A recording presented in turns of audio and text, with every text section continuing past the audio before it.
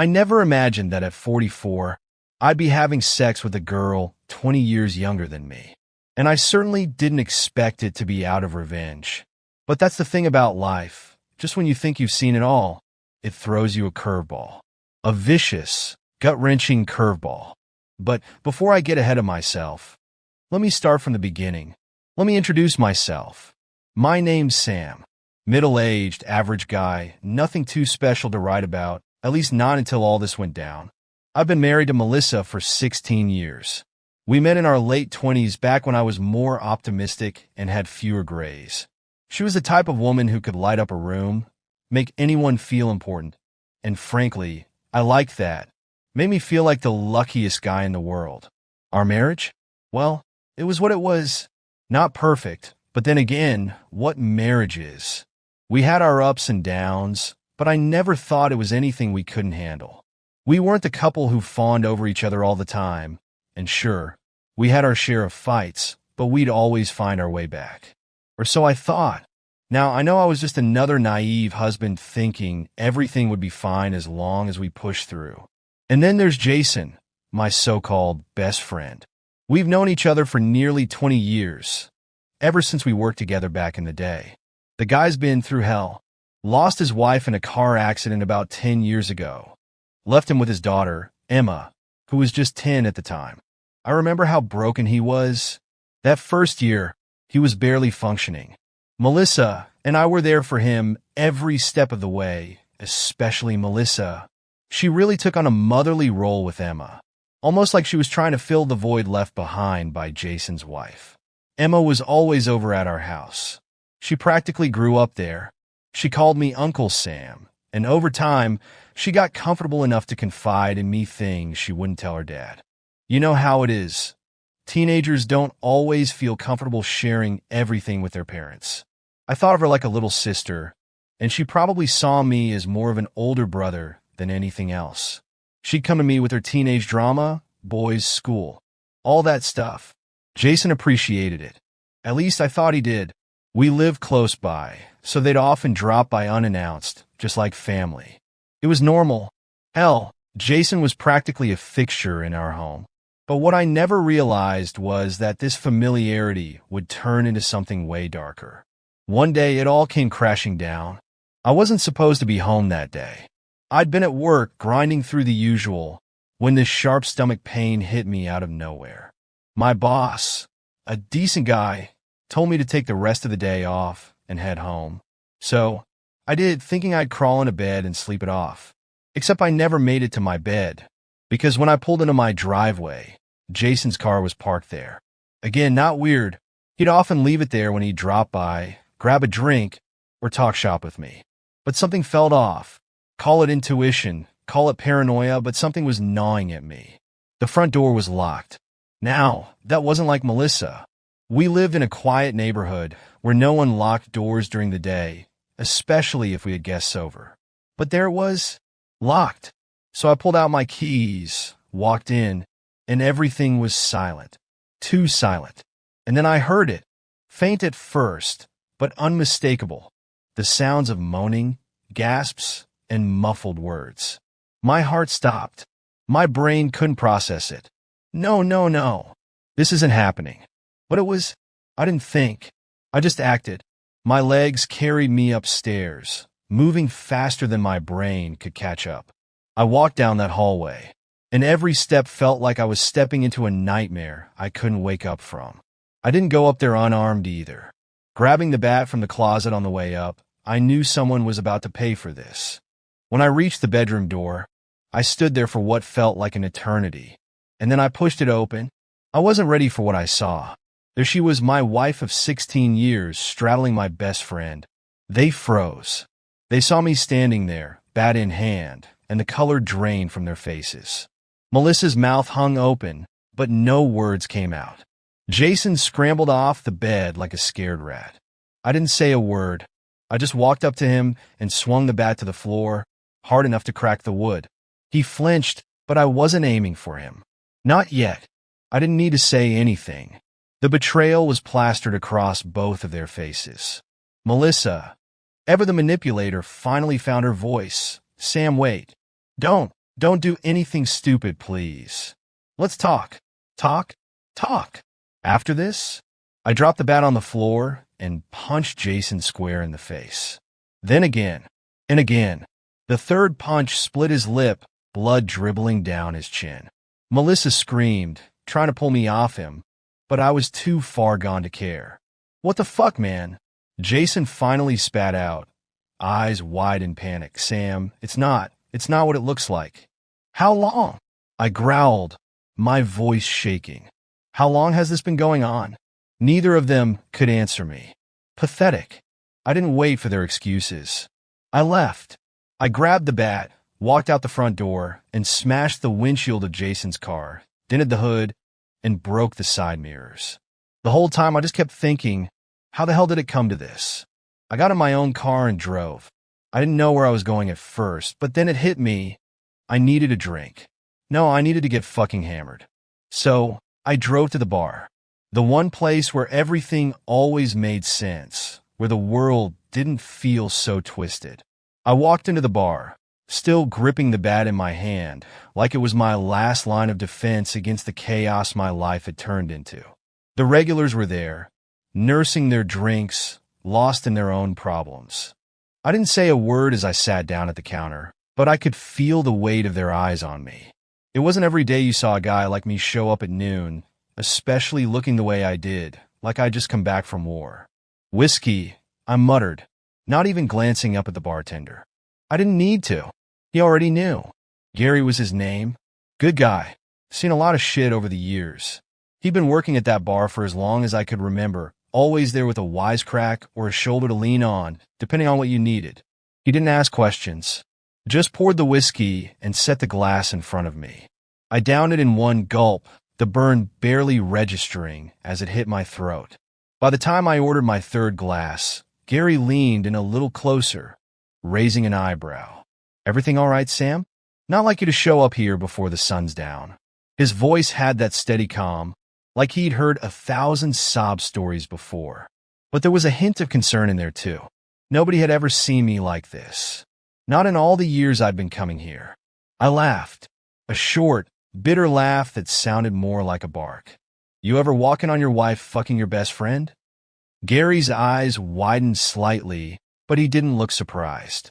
Like he'd heard it all before. Shit, he said, letting out a low whistle. That's rough, man. Rough doesn't even begin to cover it. I muttered, swirling the whiskey in my glass, watching the amber liquid catch the light. I stared at it like it might give me some kind of answer, like it could somehow make sense of everything. But it didn't. Nothing did. I don't know why I told him everything. Maybe it was the alcohol. Maybe I just needed to get it out of my system before it ate me alive. But I told him every single thing. I told him about walking in on them, the look on their faces, the sound of that bat cracking against the floor. I told him about smashing Jason's car, about the punches, about how I felt like the ground had been ripped out from under me. Gary listened, didn't interrupt. When I was done, he patted me on the shoulder, his hand heavy but comforting. That's a shitty situation, man. No other way to put it. I nodded, staring at the empty glass in front of me. Shitty didn't even cover it. But listen, Gary continued, leaning in a little closer. The main thing here is not to break down. Don't let them win. I looked at him, feeling the weight of his words. What would you do if you were me? Gary didn't miss a beat. Me? Well, I'd probably do what you're doing now. Get drunk off my ass, maybe break something. Hell, let's make that official. He grabbed a glass, poured himself a whiskey, and clinked it against mine. To shitty friends and cheating wives. I smirked at that, the first genuine emotion I'd felt all day. We both downed our drinks in one go. But after that, he continued, setting his glass down with a thud. I want revenge. The kind that leaves them with nothing. Take everything from them. Your wife, your so-called friend. Make them regret the day they ever crossed you. I stared at him. His words hit me harder than the whiskey. Revenge. It was what I wanted, wasn't it? To make them suffer. To tear their lives apart the way they'd torn mine. I'll do it, I said, my voice low but firm. I'm going to take them down. Leave them with nothing. Gary gave me a nod of approval. but his face softened a bit. Just be smart about it, Sam. You're a good guy. Don't let this turn you into something you're not. By the time the hours had passed, I was so drunk I couldn't see straight. I didn't know how I was going to get home, and honestly, I didn't care. I was too lost in my thoughts, in the haze of whiskey and rage. Gary must have seen it.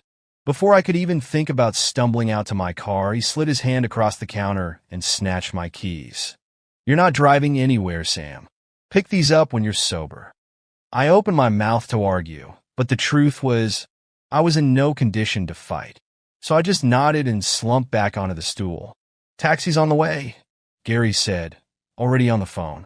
When the cab showed up, I barely made it into the back seat without falling over. The driver didn't say a word, thank God. He just drove, and I spent the whole ride staring out the window, the city blurring by like it wasn't even real. I don't remember much after that.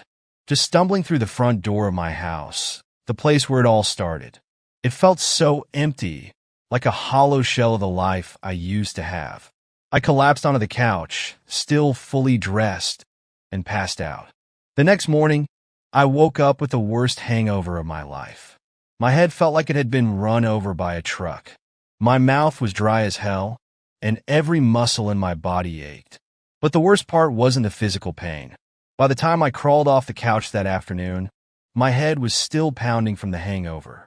But I didn't have time to dwell on it. I knew what I had to do next.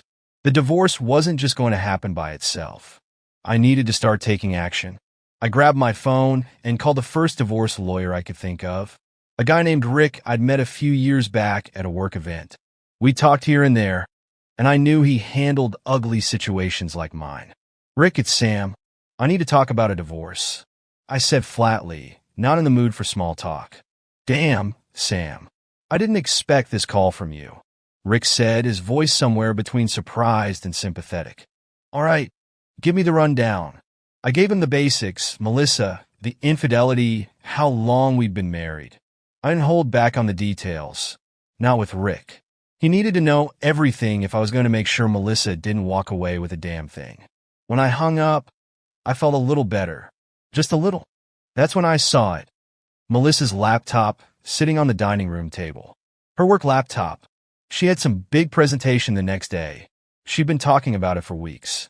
It was the type of thing that could make or break her standing in the company, and I knew how much she'd been stressing over it. And then it hit me, a way to take my revenge, to make her life just a little bit harder.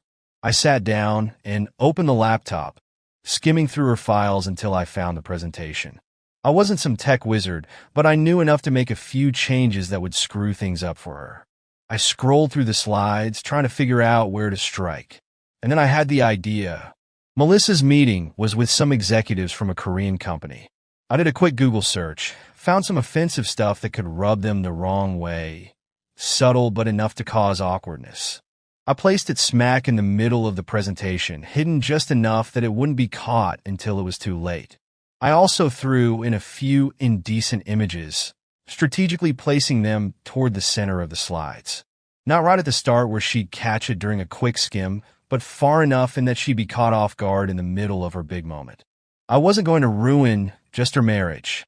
I was going to mess with her whole life. My head was still throbbing, so I popped a couple of painkillers and lay down. By the evening, I felt better, just in time for Melissa to come home. She walked in like nothing had happened, probably thinking she could talk her way out of this mess like she always did. Sam, we need to talk, she started, her voice calm, but with that edge to it that I'd come to hate. I didn't even look at her. Go to hell, Melissa. We're getting a divorce. She didn't miss a beat. You're a fool, she spat, crossing her arms, probably thinking I'd just cooled down after a while, like this was some petty argument about money or dinner plans. We'll see who the fool is, I snapped back, standing up and heading out to the porch. I didn't have anywhere to go. Neither did she. The house was big enough for both of us, but that night, it felt like a prison. There was no way I was going to sleep next to her, so I figured I'd just crash on the couch again. But as it turned out, I didn't even make it through the night at home. It was a few hours after midnight when my phone buzzed. At first, I thought it was another spam call, but then I saw the name on the screen, Emma. Jason's daughter. I answered, my voice groggy. Hello?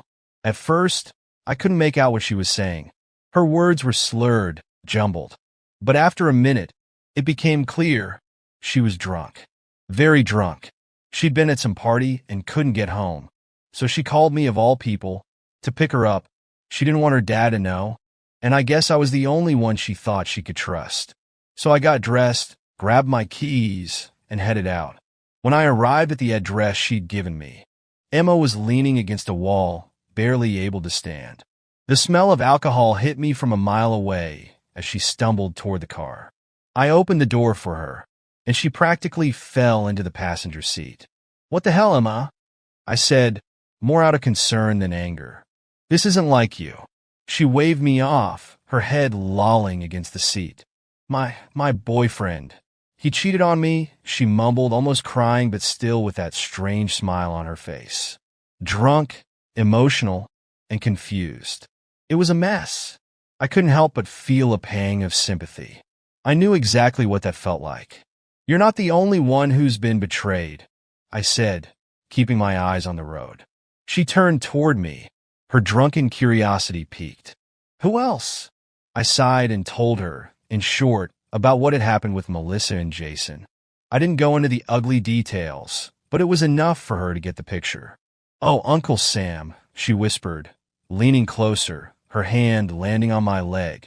"I'm so sorry." At first, I thought she was just being comforting, but her hand didn't stop there. It moved slowly up and down my leg, and I felt my whole body tense. "Emma, stop," I said, taking her hand and moving it away. But she didn't stop. She kept touching me, her drunken flirtation obvious now. "I want to make you feel better," she whispered, her hand wandering back to my thigh. I resisted. I really did. But the anger, the betrayal, the alcohol, it all came crashing together. I don't know when, but at some point I stopped caring. Maybe it was revenge. Maybe it was just the alcohol talking. But when she unzipped my fly and bent down, I didn't stop her. She was good. I wasn't thinking about Jason or Melissa anymore. Just the moment, the twisted satisfaction of knowing I was crossing a line I could never uncross.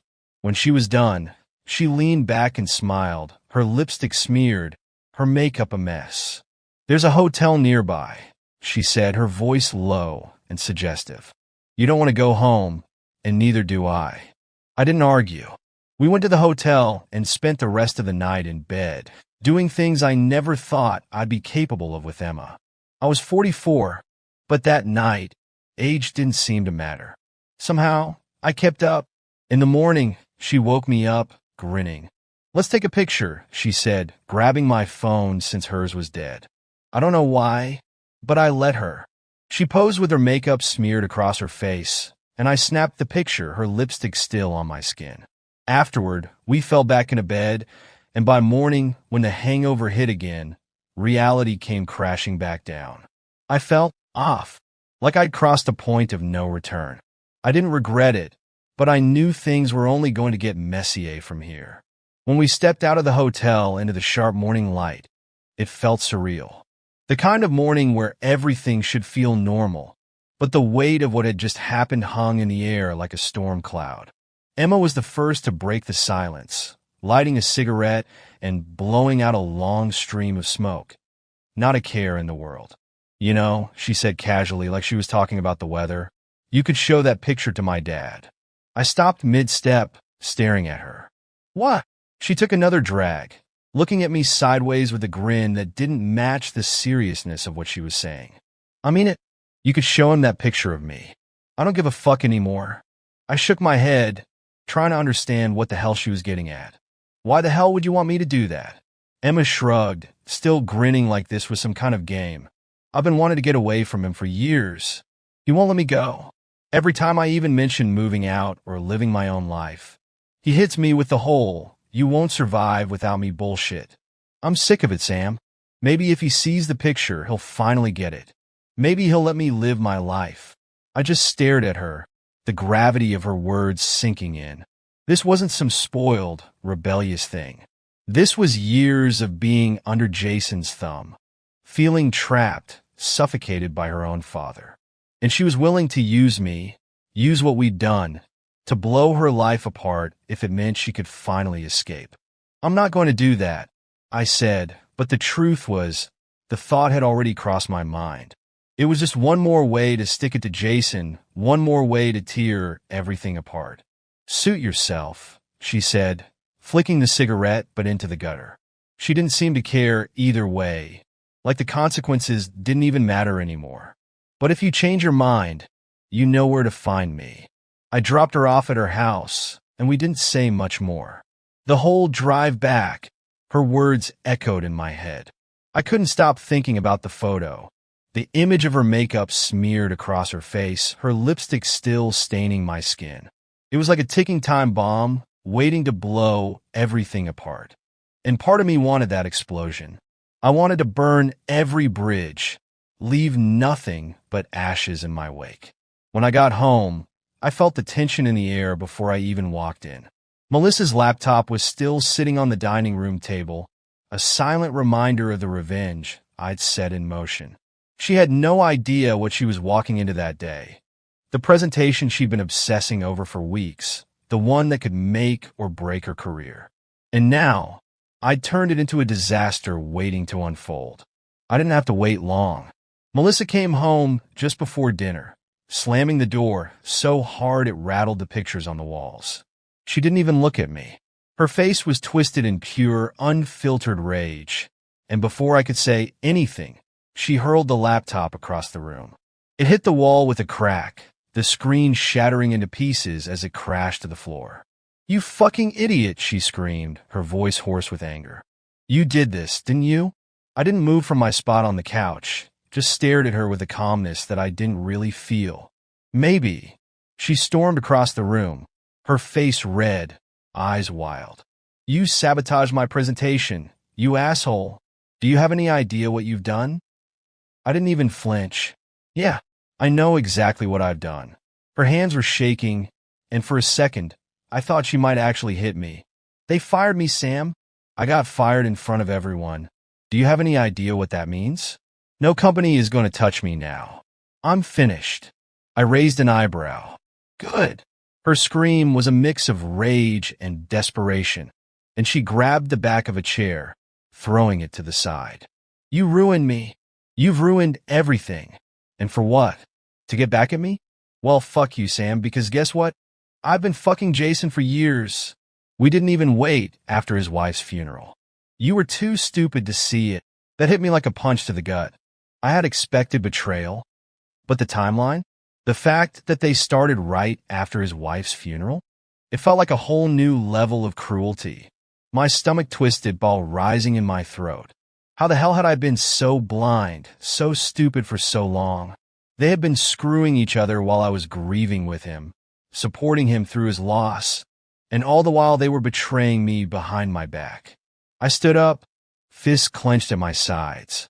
"Go to hell, Melissa." She stormed off, slamming the door to the bedroom. And just like that, she was gone from my life, at least for the moment. But I wasn't done, not by a long shot. I sat back down, my mind still buzzing from everything that had happened. And that's when I picked up my phone. I scrolled through my messages until I found Jason's name. My finger hovered over the photo of Emma for just a second before I hit send. The image, her disheveled makeup, the look on her face, was now on its way to him. The final nail in the coffin. I didn't care what came next. I just wanted him to feel the pain, the betrayal, the chaos that had consumed my life. 15 minutes later, Jason's car screeched to a halt outside my house. He didn't even bother knocking.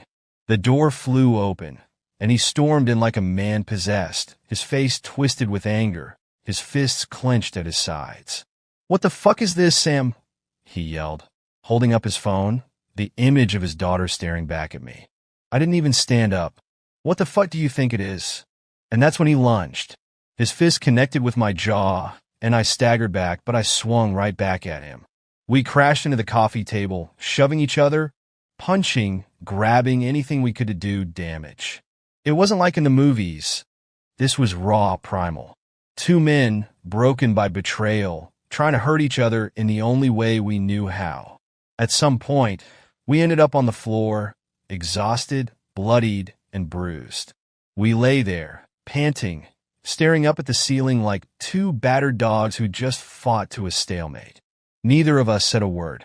What was there to say? We'd both fucked up our lives in different ways, and now we were just lying in the ruins. That's when I heard the sirens. 10 minutes later, the cops broke down the door. One of the neighbors must have seen us through the window, throwing punches, and called them in. They separated us, dragging us to our feet and out to the patrol cars. I spent a few hours at the station, mostly sitting in silence. Neither of us pressed charges.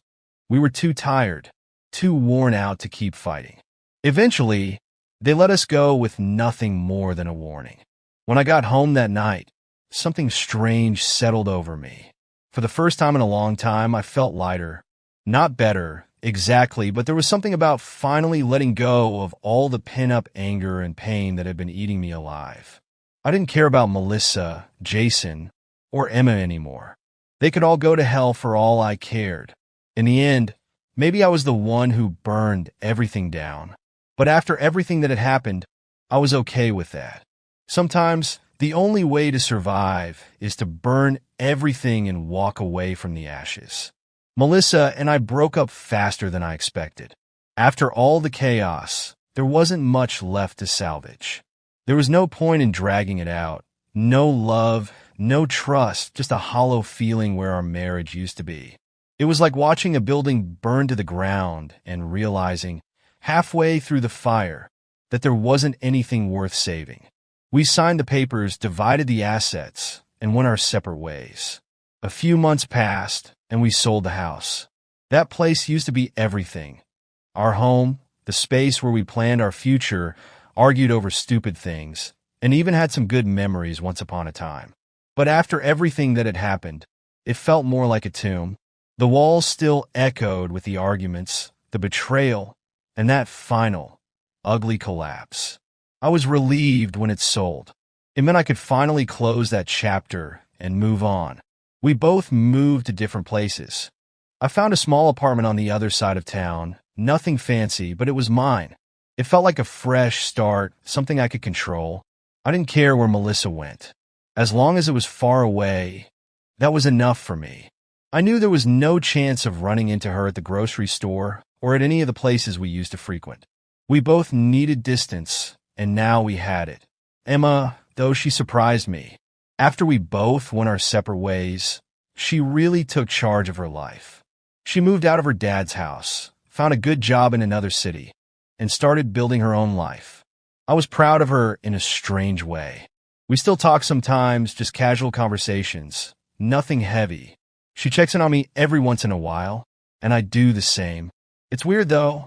We haven't seen each other in person since that night at the hotel, and I think we both know it's for the best. I never wanted to keep that going. Whatever happened between us was a one-time thing, fueled by anger and alcohol. We both needed an escape that night, but I wasn't looking to make it anything more. Some things are better left in the past. Melissa, on the other hand, didn't land on her feet quite as gracefully.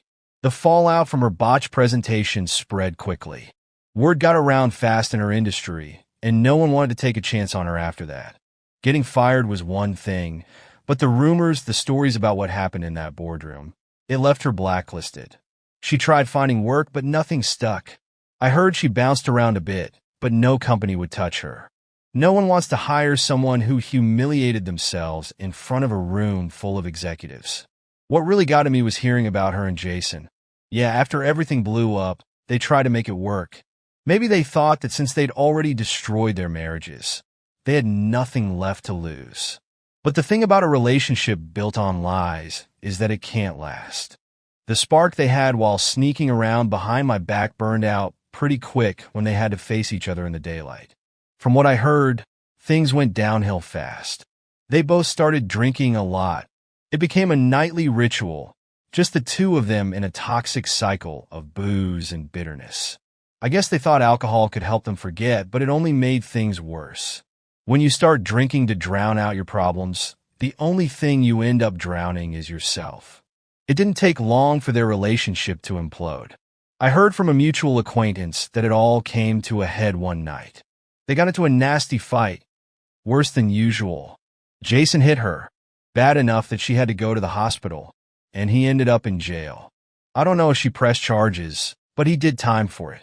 I never asked for the details. Didn't care enough to find out. They got what was coming to them, one way or another. As for me, life started to look up. It wasn't a straight shot to happiness, but slowly, things began to get better. I've always been the type to think I could handle things on my own, that I didn't need help. But after everything that happened, I realized I couldn't carry all that weight by myself. The anger, the betrayal, the guilt, it was like a poison inside me, eating away at who I was. So I swallowed my pride and started seeing a psychologist. It wasn't easy at first, sitting there and spilling my guts to someone who didn't know me, didn't know what I'd been through. But after a few sessions, I realized I needed it. I needed someone to help me unpack all the shit I'd buried. It was like lifting a weight off my shoulders I didn't even know I was carrying. I also went back to the bar.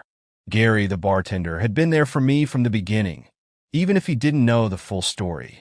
One night, after a couple of drinks, I finally told him everything about Melissa and Jason, about Emma, about the picture, the fight, all of it. I half expected him to judge me, to look at me like I was some kind of monster, but he didn't. He just listened, nodding along like he'd heard it all before.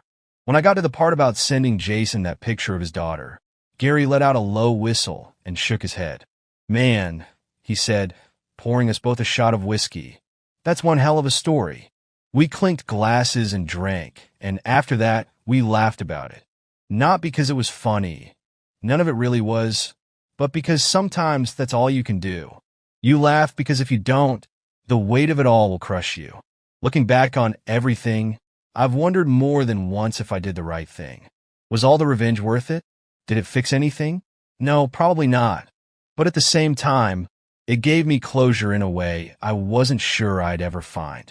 Melissa and Jason got what they deserved. Emma found her own way out. And me? I'm still standing. So, to everyone who stuck around to read this, thanks. I needed to get it off my chest, to tell the whole story from start to finish. Life's messy, unpredictable, and sometimes cruel. But you deal with it, you move forward, and if you're lucky, you learn something from it. Did I do the right thing? I don't know. Maybe. Maybe not. But in the end, I'm still here, and I'm still moving forward. That's got to count for something, right? Good luck out there, folks. Life's a bitch, but sometimes you just got to laugh and keep going.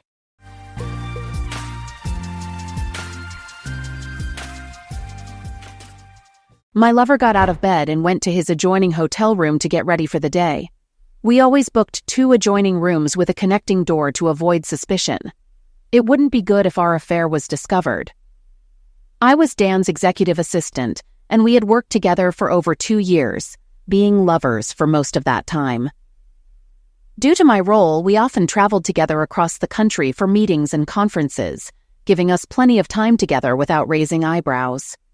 I was married, and my husband stayed at home. My marriage was a fast wedding at 18 after I got pregnant by my high school boyfriend, Alan. When our parents found out, mine wanted me to adopt the baby, but his parents insisted we keep her and offered their help. Alan supported me through the pregnancy despite the judgment from others. After a difficult labor, we welcomed our daughter Lauren 2 days after my 19th birthday and decided to keep her. My parents nearly disowned me, so we moved in with Alan's parents, who helped raise Lauren. After graduating, we both got jobs, married in a simple ceremony, and moved into a small house. Our plans for university were postponed when we had another daughter, Emma.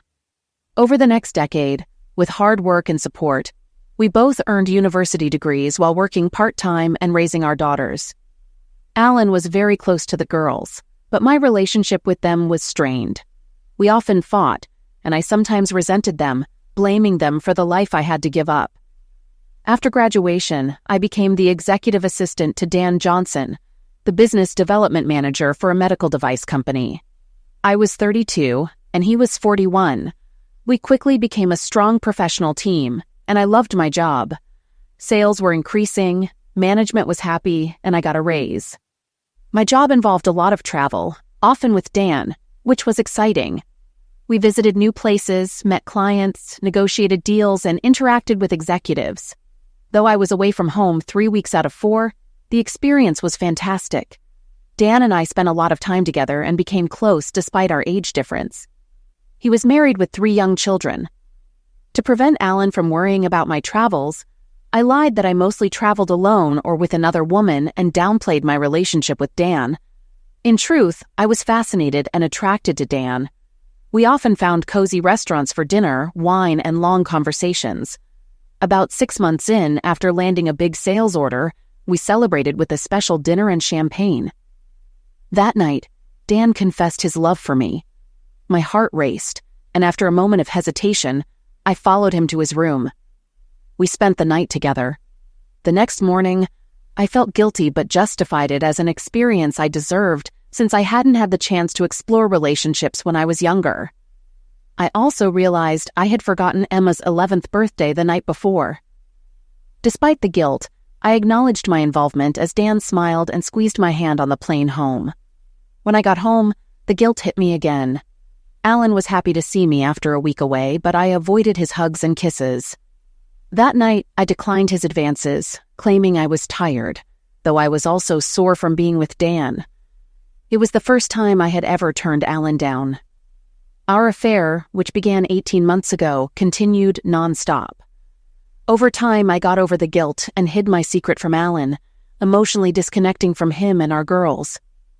My thoughts were always about Dan. Lying became second nature, and I didn't feel guilty anymore. I had fallen deeply in love with Dan and occasionally thought about leaving Alan for him. As our company expanded, Dan and I traveled more often for work. When there were no scheduled trips, we created fake business trips and spent the night in a nearby hotel. We also took short vacations together, using conferences as an alibi. We were careful at work, always behaving professionally and never meeting alone. We communicated through secret email accounts and never met in our town. At home, I argued with Alan about my demanding boss and frequent travel. He often suggested finding a job with less travel, but I told him I was learning too much and earning well. During rare work events with partners, we were very cautious, briefly introducing our spouses before mingling with others. No one suspected anything. Alan was happy with my career success, but annoyed by my frequent absences, which left him to handle most of the child rearing on top of his IT job. Although I still loved Alan, we were drifting apart, and our affection had dwindled. I felt guilty and made a mental note to try to make it up to him. We had a rough start in life early on, having our first child at 16, getting married at 18, and having another shortly thereafter. Through hard work and teamwork, we managed to graduate from university, me with a degree in information technology and Amy with a degree in commerce, all while raising 2 girls. We overlooked the difficulties because we loved each other deeply. When Amy got her first professional job after graduation about 2 years ago, she was overjoyed, and I was very proud of her. Finally, we were both working professionally, earning a good salary, and could begin enjoying a normal life together. At first, I supported her career in every way I could, but I grew increasingly resentful of the long hours she worked and the amount of traveling she did. She left home around 7 in the morning and usually didn't get home until 6 or 7 in the evening. Most weeks, she would be gone for at least 1 or 2 nights, sometimes more. And occasionally, she wouldn't get home until Saturday afternoon. When she was home during the week, she either worked after dinner or just sat in front of the TV. On Saturdays, she would sleep late and then go shopping. On Sundays, she would go to the gym in the morning and then have lunch with her girlfriends. She was usually too tired to go out with me in the evening. We didn't spend much family time together. She was always too busy at work to take vacations, so the girls and I often vacationed without her. I noticed that her character was changing. The loving wife and mother was gone, replaced by a selfish, often irritated, and aloof person sharing my bed. Whenever I tried to bring it up, I was immediately rebuffed. She would say it was just my imagination, or that she was tired from work, or she was working hard for us, or that everything was fine. I worried about how it might end. At the end of her first year, I was required to accompany her to a Christmas party at the CEO's mansion. It was there that I first met her boss, Dan, and his wife. We chatted politely but briefly about nothing. Then he bowed out and they went off to socialize. My wife led me to others and started a conversation with the other employees. Later, I thought it was a bit odd. Her boss seemed quite friendly, though a bit reserved, not the ogre Amy had described. Dan's wife was also very pleasant. Since Amy was his executive assistant, I thought we would have more than just polite cursory conversation. I also sensed that Amy was a little tense. She had a habit of talking really fast when she was nervous, and it gave her away. I thought it was odd that she was nervous around her boss when they worked so closely together. It was perplexing to me. Although I trusted her completely, I still put the thought aside for later. Over the next year, I was very busy as I decided to start my own IT consulting company. Additionally, I was practically single-handedly raising our girls, so I pushed all concerns about Amy to the back burner. Life with Amy was a repeat of the previous year. She started traveling even more often and becoming more distant from all three of us. Lately, I began to notice that her attitude toward me was becoming condescending and dismissive. She showed me no love, no affection, nothing. Only occasionally did I receive something without any love or closeness. It was obvious that our relationship was crumbling. At the end of the year, I again attended her staff Christmas party. Our interaction with her boss was a repeat of the previous meeting. Afterward, a fleeting thought crossed my mind that she was hiding something. For the first time since we met at 18, I began to doubt her. Was there another man in her life? The thought was almost overwhelming. We had fought together as a team, overcoming many challenges to get where we were. Now she wouldn't do that, would she? What was I supposed to do? I didn't go to the extreme of hiring a private investigator or hacking into her computer, but I began to observe her more closely. I couldn't see anything out of the ordinary. Either it was my imagination, or she was very clever at covering her tracks. Either way, all was not well between us. I guess I was just too busy to bother. Meanwhile, my girls were growing up rapidly. We spent a lot of time together and were very close, although, unfortunately, their mother had little time for them. Both girls were avid soccer players, so every Saturday morning during the season, I went to watch them play. It was the highlight of my week. After the game, we would go out for lunch somewhere, usually to their favorite Japanese restaurant, and chat about what they were doing. I noticed that they almost never mentioned their mother. Afterwards, depending on the weather, we would walk on the beach, go to the movies, or go out with friends. After the first game of the season was over, Emma came up to me accompanied by a new member of the soccer team. She was a charming girl, tall, absolutely beautiful, with a wide smile, long dark hair, and deep dark brown eyes. She was also very athletic and had distinguished herself in her first game with Emma's team, scoring 2 goals. "Hi, Daddy. This is Callie. Can I come over and hang out with her this afternoon?" "Hi, Callie. Nice to meet you." "Sure, Emma, as long as Callie's parents don't mind." Callie turned and called out, "Mom, can Emma come over this afternoon?" The woman, obviously Callie's mom, turned and started walking toward us. Holy crap!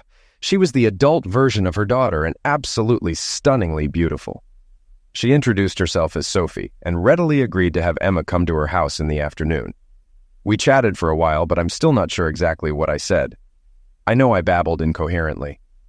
After they left, both my girls burst into laughter at my embarrassment and then smirked at each other.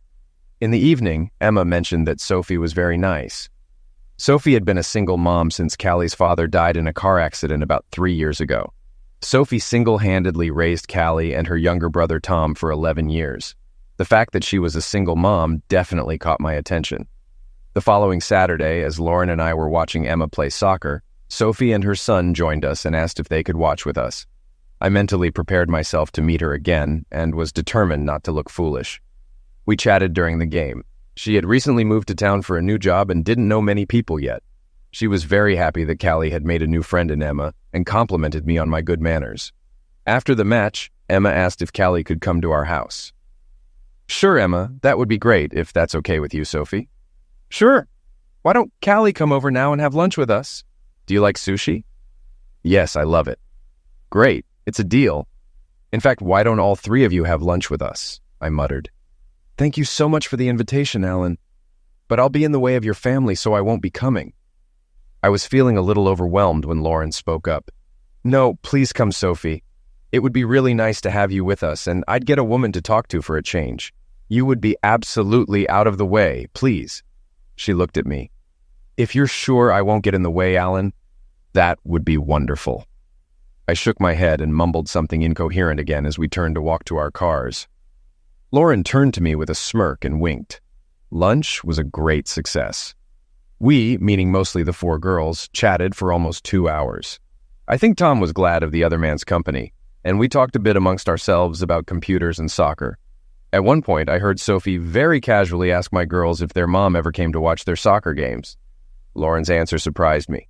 No, never. She's not really interested in us. She's only interested in her work and herself.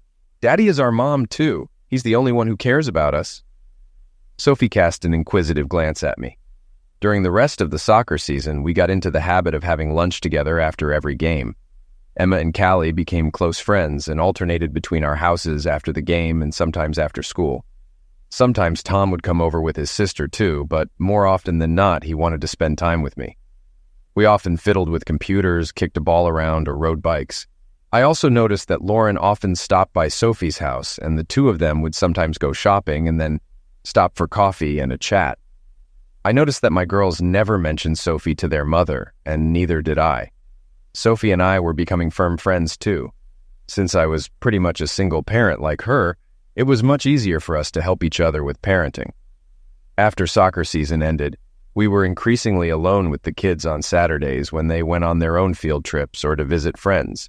When my wife wasn't usually around, I was pretty much free. So increasingly, Sophie and I spent that time in each other's company, walking, eating lunch, or watching movies. I looked forward to our meetings more and more and realized that I had fallen in love with her. Despite this, we never crossed the line of friendship. One day, over a cup of coffee with Sophie, I told her that I appreciated her spending time with Lauren. You know she's never quiet about you when she gets home. Sophie this, Sophie that, I laughed. Well, and Tom is never quiet about you when he comes to see you. Alan this, Alan that, she laughed back. Seriously, he needs a male figure in his life, so I appreciate you spending time with him. Then she suddenly said, Forgive me for being blunt, Alan, but it seems pretty obvious that all is not well between you and your wife. We never discussed Amy. Carefully avoiding the subject, I sat in silence for about 30 seconds. It was a question I had long pushed to the back of my mind and avoided discussing. The truth is, Sophie, if it weren't for the girls, I'd probably be long gone. Things have been really bad for a few years now. I've tried to talk to her many times, but I've hit a brick wall. Our marriage was hard from the beginning. I think Lauren told you about how Amy and I got married. Yes, and she blames herself a bit for putting you in that situation. I know it's crazy, and I tell her it's not her fault in the slightest. That opened the floodgates for me. I spent the next hour pouring out all my sorrows on Sophie. At the end, she came over and gave me a big hug. It was my first real female hug in forever. I'm here for you whenever you need me, Alan. You know that. I only hugged her tighter and didn't let her go. Soon another year was over, and the annual Christmas party for Amy's co-workers came around again. My reacquaintance with her boss was very similar to the previous 2 years. This time, I was on high alert. Although Amy and her boss seemed much more at ease than before, something was not right. I had a definite suspicion about these two. Toward the end of the evening, Amy excused herself to go to the bathroom. After a minute, I looked over and realized that her boss was also nonchalantly heading upstairs. I decided to follow her and went upstairs looking for her. She wasn't in the bathroom, so I looked all around the huge house and was about to pass the ajar bedroom door when I heard my wife's voice inside. "Merry Christmas, dear," a male voice replied. "Merry Christmas, my love." I peeked through the crack of the door and saw Amy and her boss kissing passionately with their arms wrapped around each other. I quickly backed away in shock. I went downstairs pondering what to do. I was beyond angry, feeling just dead inside. I don't have a temper, so instead of an immediate confrontation, I calmed myself and decided to investigate and make a plan first. Amy returned shortly afterward, a little out of breath, and spent the rest of the evening pretending to be my loving wife. I, on the other hand, pretended that nothing had happened. By New Year's Eve, working while Amy slept, I hacked into her phone and laptop. Amy should have known better. Keeping evidence on your personal computer, even if it's well hidden, isn't very smart when your husband's occupation is computer hacking. My worst fears were realized. There was a trail of evidence in her work, personal, and secret email accounts. Amy was in a long-term affair with her boss that began over 2 years ago. I also discovered photos and videos showing the depth of her betrayal. From their email correspondence, I realized that Amy and Dan had even discussed leaving their partners to be together. She seemed interested, but her lover was more cautious. I really was a clueless husband. I installed a covert surveillance program on her phone and laptop. I could remotely monitor her every electronic and physical move if I wanted to. My marriage was clearly over. Now I needed to retain custody of my daughters and protect my business and finances. In the new year, I consulted with a divorce attorney. She told me that divorces are no fault, so you can't sue for infidelity. However, in a child custody case, once the children turn 14, they have the right to decide which parent they want to live with after the marriage breaks up. She also came up with a strategy to protect my company from financial payouts. Emma would turn 14 in 6 months. Until then, I could tolerate living with Amy, and that gave me time to prepare.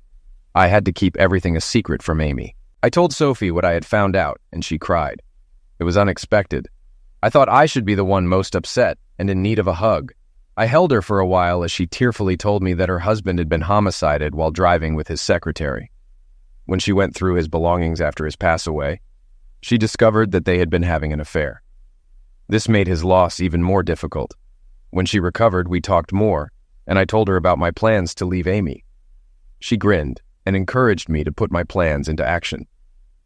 I first convinced my wife that since we were both making good money now, we should sell our small house and rent a bigger place. While we looked for our dream home, we would use the money from the sale to put a down payment on a new house. She readily agreed. Our house sold quickly and we rented another place nearby. I was a tenant on a lease for only 6 months. I was very sick of sharing a bed with Amy when she was home. When we moved into the rental house, I got a bad cold. I used that as an excuse to move into the spare room so I wouldn't have to sleep with her. I never moved back in, and she never commented on it. Maybe she didn't notice, or maybe she just liked it. Then I talked my father, whom I also confided in, into starting a new IT company that he himself owned. I was his only employee.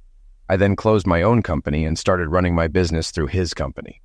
Everything was going according to plan, until I ran into a very nervous and scared Lauren. Lauren was dating her first boyfriend, and I immediately thought she was pregnant, just like what happened to her mom. "Dad, this is hard for me to tell you, but Mom is having an affair with her boss." I was shocked that she knew, and was speechless for a moment. "Really? What makes you think that?" "Well, right after we moved, Emma and I went back to our old house to pick up some things she'd forgotten. Mom and her boss were there." "Well, that's a little weird, but it doesn't prove anything," I said. "I know about their affair, Lauren. I've known for a long time." "Then why don't you do something about this cheating woman? Emma saw her too." "Yes." I called out to Emma, who was hiding within earshot around the corner, and she bashfully entered the room. I hugged them both tightly. I knew how awful it was for them to see this, especially young Emma. "Can you both keep a very big secret?" They nodded. "I plan on leaving your mom soon. I'm just waiting until Emma turns 14 so you both can legally choose who to live with." They both shouted in unison. "It won't be easy to keep this secret, but until then we mustn't do anything to alert your mother." They smiled conspiratorially. Afterwards, I asked Sophie to have a chat with Lauren. She had her first boyfriend now, and I didn't want her to follow in her mother's footsteps. Fortunately, Amy didn't show up often, so we could tolerate her occasional presence and keep our secret. We enjoyed it even more when she wasn't home. Knowing that the end was near, we spent more and more time with Sophie and her 2 children, often having lunch at each other's houses or going out together. One Friday afternoon, when my wife was supposedly at a conference all weekend, but was actually with her boss at the hotel, Lauren said, "Daddy, I'm going to babysit for Sophie today." "Oh, really? What's she doing?" "Going to dinner with a guy at Brazier Paris. You know that classy French restaurant in town?" I immediately felt real jealousy and tried unsuccessfully not to show it. My daughter looked at me with a pitying expression on her face. "She's going on a date with you, you idiot. It's about time you two went on a proper date." "I've already made reservations, so call her now and ask her out properly," she said, holding out her phone to me. "What if she doesn't want to go on a date with me? We're just friends after all. I don't want her to feel awkward. How you ever managed to be smart enough to graduate from university is beyond me. Call her now." I called, and Sophie, judging by the sound of my voice, was absolutely thrilled and immediately agreed. Somehow I got the feeling that it wasn't a surprise. It took me 3 tries that night before my girls were satisfied that I was appropriately dressed for dinner. Just as I was about to leave, Callie and Tom walked in. In response to my perplexed look, Lauren said, "Oh, I forgot to tell you that they'll be spending the night here tonight, so don't worry about coming home late or not at all if you want." She smiled and handed me an already packed overnight bag. All of our children were obviously involved in a determined plot. When I arrived, Sophie met me at the door. Oh my God, she looked absolutely amazing. "Well, say something, Alan." "I can't. I have no words." "Do you like it?" she asked, twirling around. "Oh, much more than like it, Sophie." I had the best dinner of my life, and we had a wonderful time in each other's company. At the end of the evening, as we walked up to her front door, I said, "I know our children have arranged for me to stay the night, but you don't have to." She said, "Shh, I'm counting on you to stay," and led me inside and into her bedroom. I wasn't going to argue with that. We were a little shy and hesitant at first. I let out all my mental frustrations and felt like I had died and gone to heaven. The next morning, we heard the sound of lots of feet on the stairs, voices outside, and a knock on the bedroom door, which then opened. Lauren poked her head inside.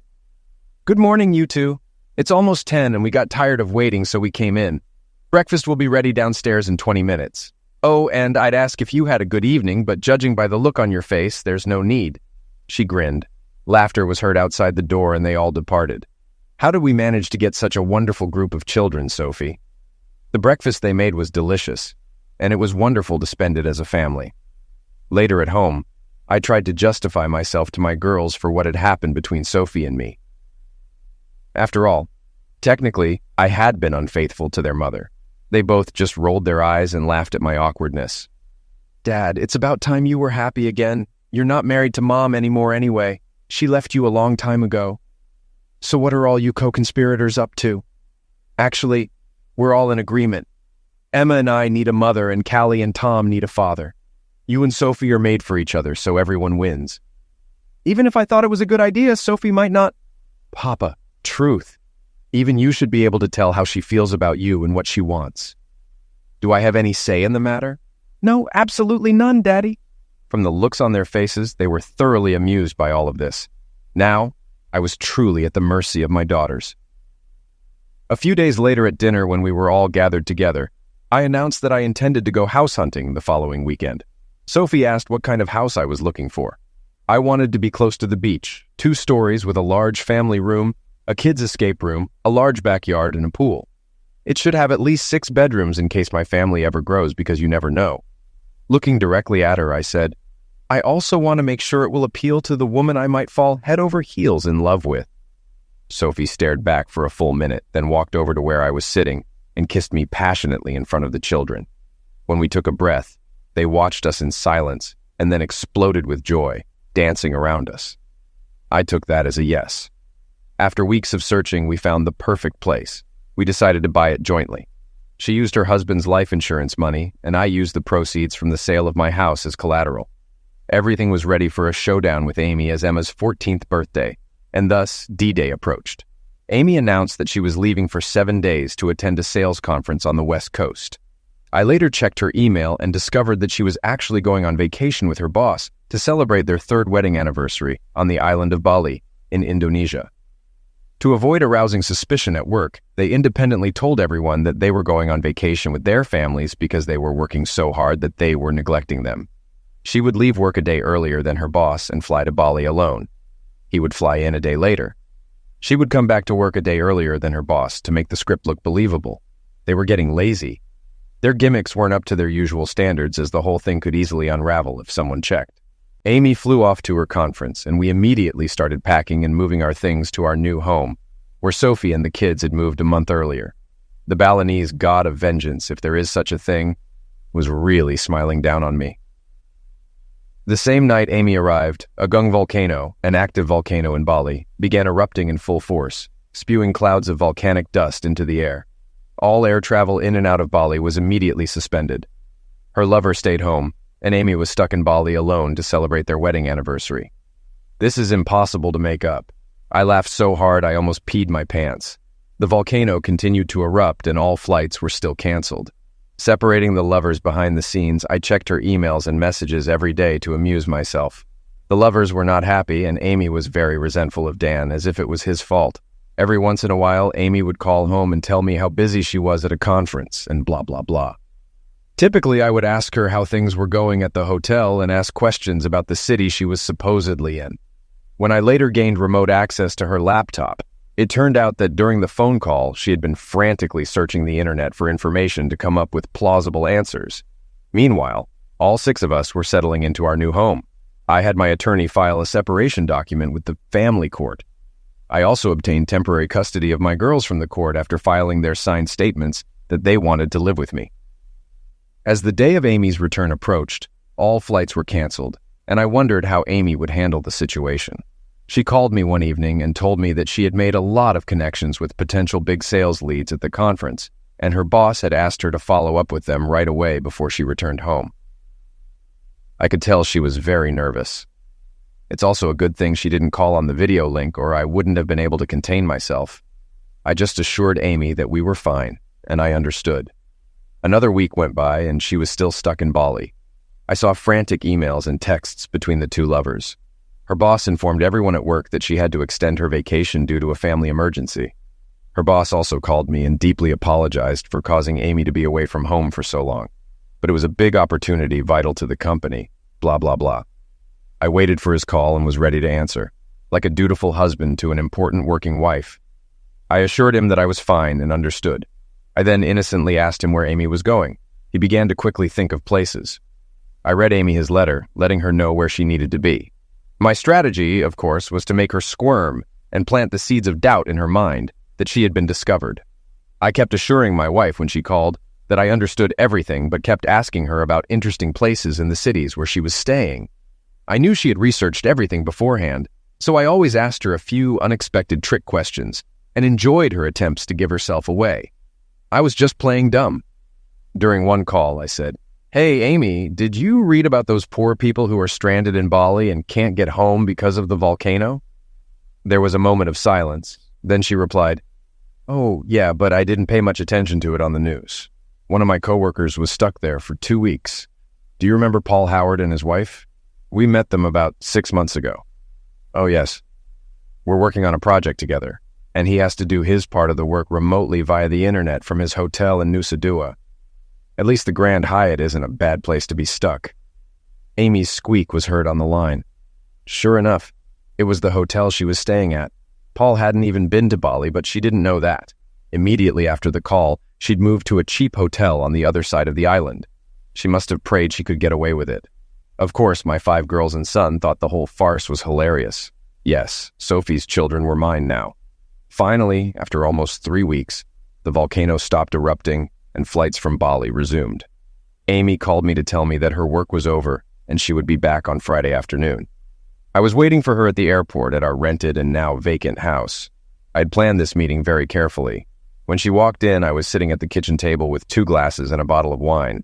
She looked tired and very nervous. Oddly enough, for someone who had been on a business trip for 3 weeks, she had a deep tan.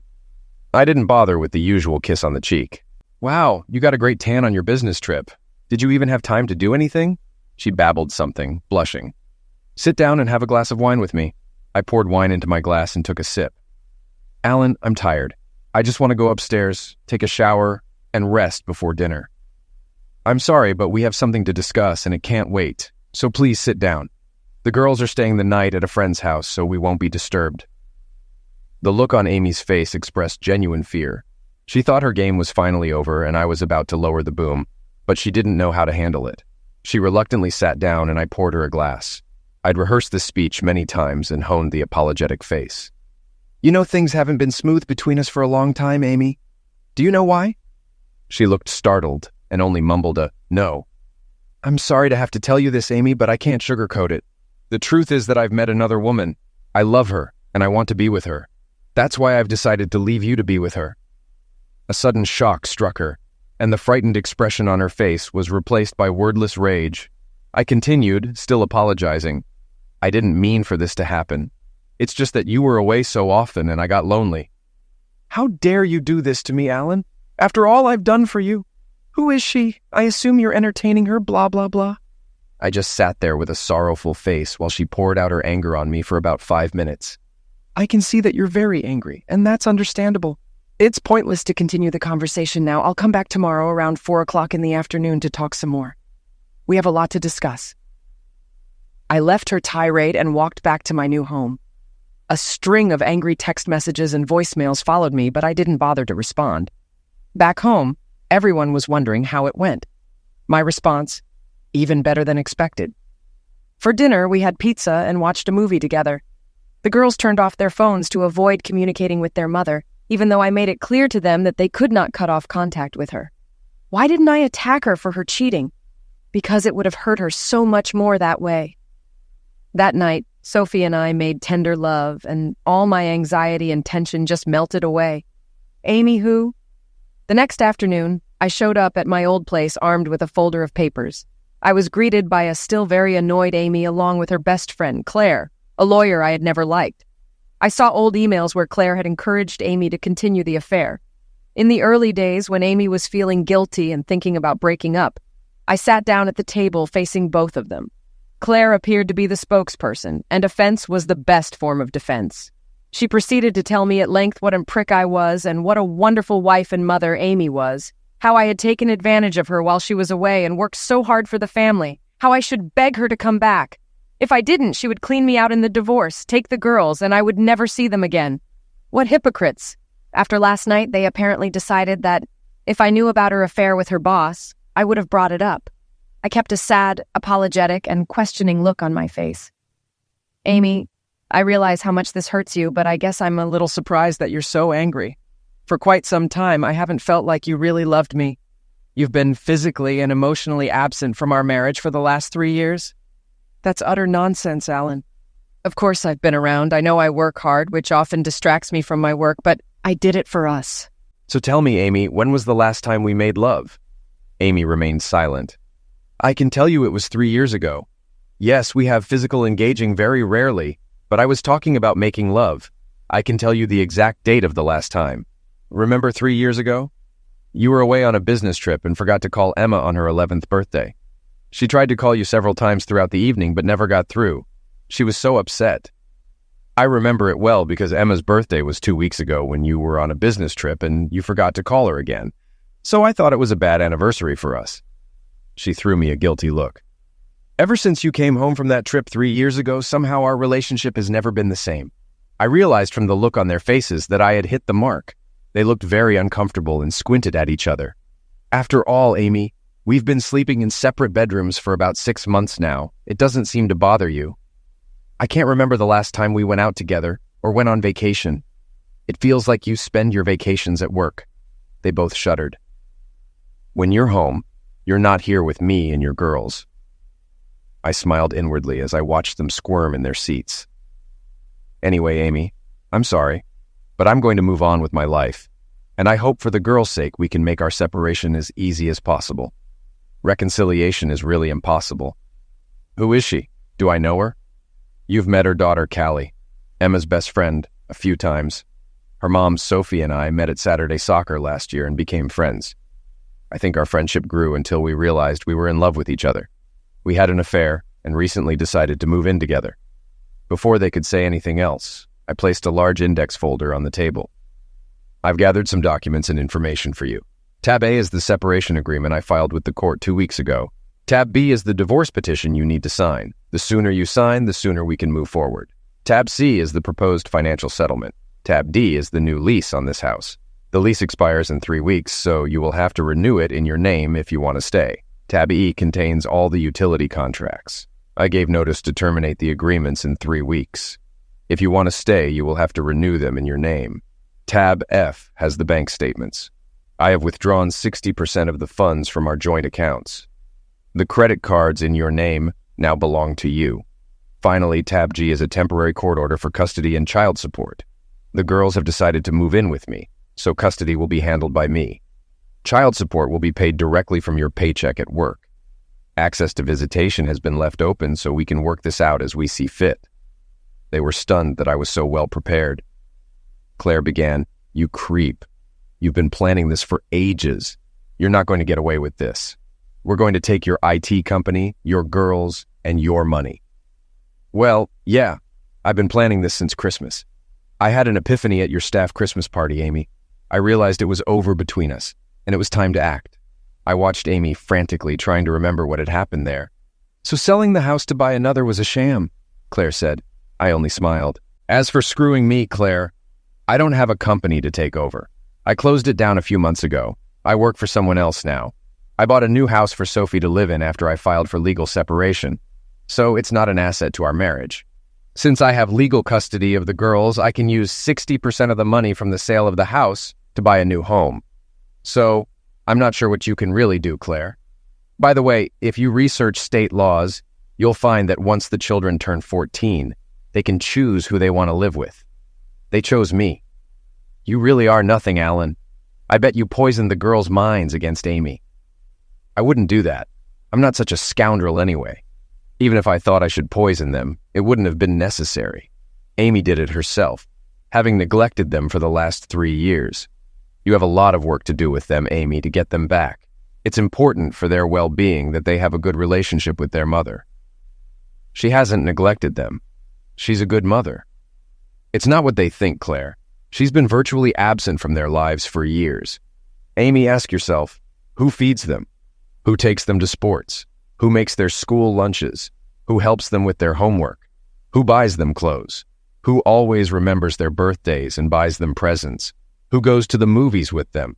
Who do they go to with problems? Who helped them get through their first period? Who gives them love and affection? I could go on and on. Well, Amy fell silent. It was obvious that she was having a hard time digesting what had happened. The girls asked me to see if you would meet them tomorrow morning at 10 a.m. at the Beachside Cafe. It was actually my idea. Since they really don't want to meet you, I'll tell them it's okay. She only nodded. I left them both and went back to my family. The next day, the girls told me that Amy kept bad-mouthing me and demanding that they live with her. Eventually, the girls excused themselves to go to the bathroom and just quietly left. I couldn't understand why she wanted to make up. She had been indifferent to me for years. Maybe I was just a convenient babysitter and housekeeper for her. When Alan told me he was leaving for another woman, I was in complete shock. I thought he loved me. Despite several attempts to reconcile, he wanted nothing to do with me, and we only communicated when exchanging our daughters for visits. My girls were openly hostile, making visits unpleasant. They would happily run to their new stepmother, which infuriated me. Eventually, I told them not to come unless they wanted to. I had envisioned my life continuing as it had, my lover on the road and my husband at home. Alan leaving was a huge shock and emotional blow. Over time, I realized he was right. I had been an absent wife, focusing all my love and emotional energy on Dan for the last 3 years, leaving almost nothing for Alan. It was surprising he stayed as long as he did. Unable to afford my house and child support, I moved into a tiny apartment, spending nights alone watching TV and eating takeout. Dan's attitude changed when Alan left me. He became too busy with his family to spend time with me, sending me on business trips alone and saying I could handle the clients. Our emotional connection faded. 6 months after my marriage ended, Dan announced he was moving to another city for a new job. Tearfully, I asked him to never contact me again. Suddenly, I was a divorced woman. I couldn't help but think of the line from a Joni Mitchell song, "You don't know what you've got until it's gone." I foolishly thought I could have it all.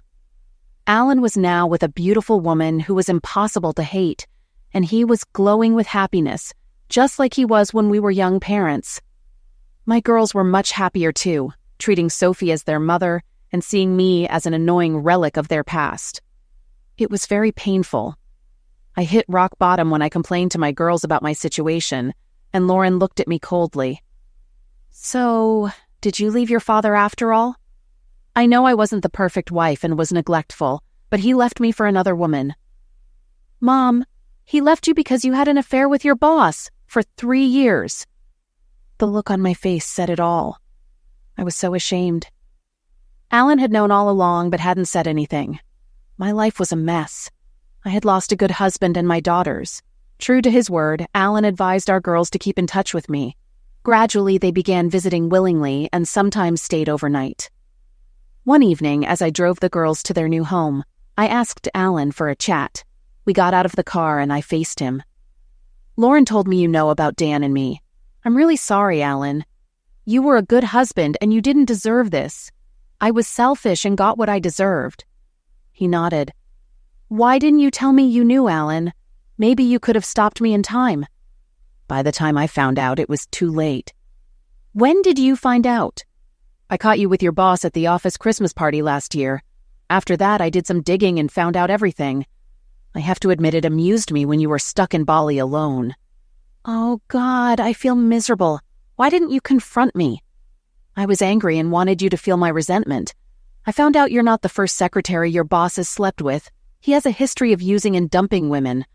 I decided the best way to punish you was to stay quiet and let things unfold. If I made a scene, his wife might divorce him, freeing him to be with you. I figured you'd feel worse if you thought I left you for another woman. Your strategy worked perfectly. My life is a mess. I'm sorry you were hurt so badly. Well, a little sorry. You don't need to apologize. It was my fault. If you had done what I did, I would have walked away from you. Looking back, I was seduced by excitement and became dependent to it. I tried to stop early on, but it was too late. I became obsessed and forgot about you and our girls for a while. My anger has subsided, Amy, and I forgive you. I've also become philosophical about it. After all, I wouldn't be with Sophie now if you hadn't cheated on me. Yes, I know. That's what hurts the most. Our marriage was challenging from the start, Sophie. I don't think you're a bad person. You made a big mistake, but he was a skilled manipulator. You didn't have a chance to fully mature and experience normal teenage life, including dating and figuring out who you wanted to be with. You were vulnerable, and your boss took advantage. You're probably right, Alan. But why did you have to tell the girls about him? It was too harsh. No wonder they hated me. I didn't tell them, Amy. They found out themselves. What? They came back to our old house unexpectedly and caught you both in the living room. Remember? Just after we moved out? I couldn't recall at first. Then the memory hit me with horror.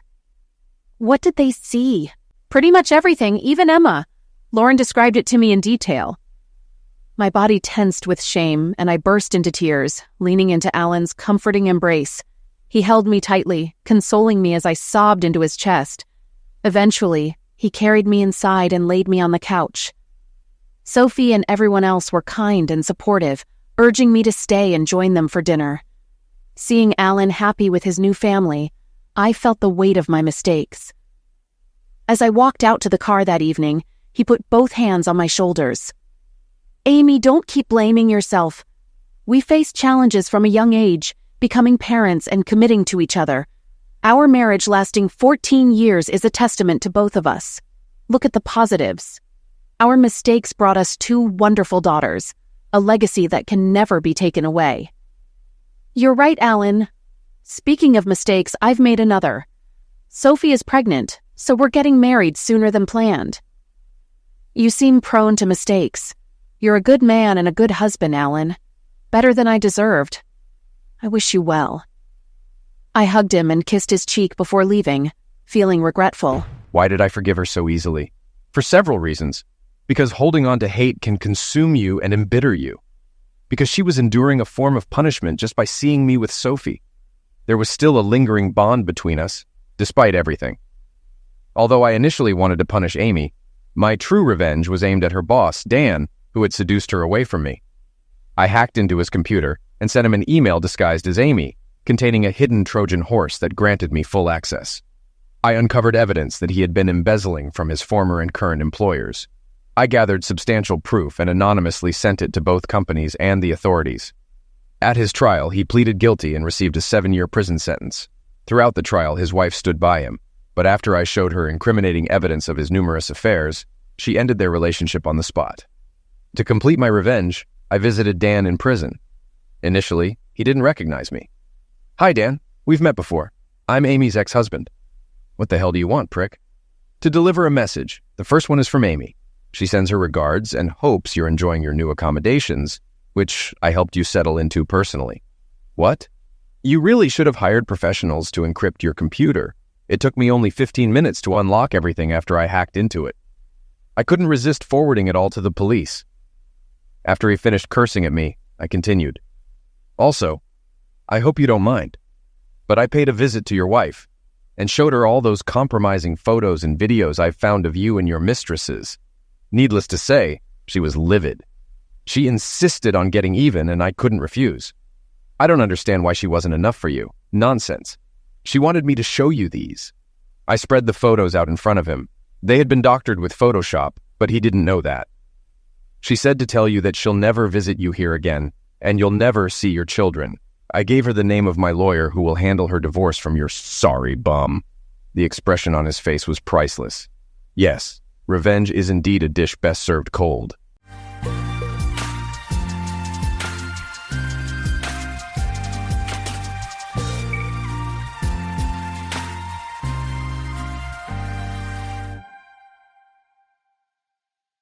You never think your wife will cheat on you.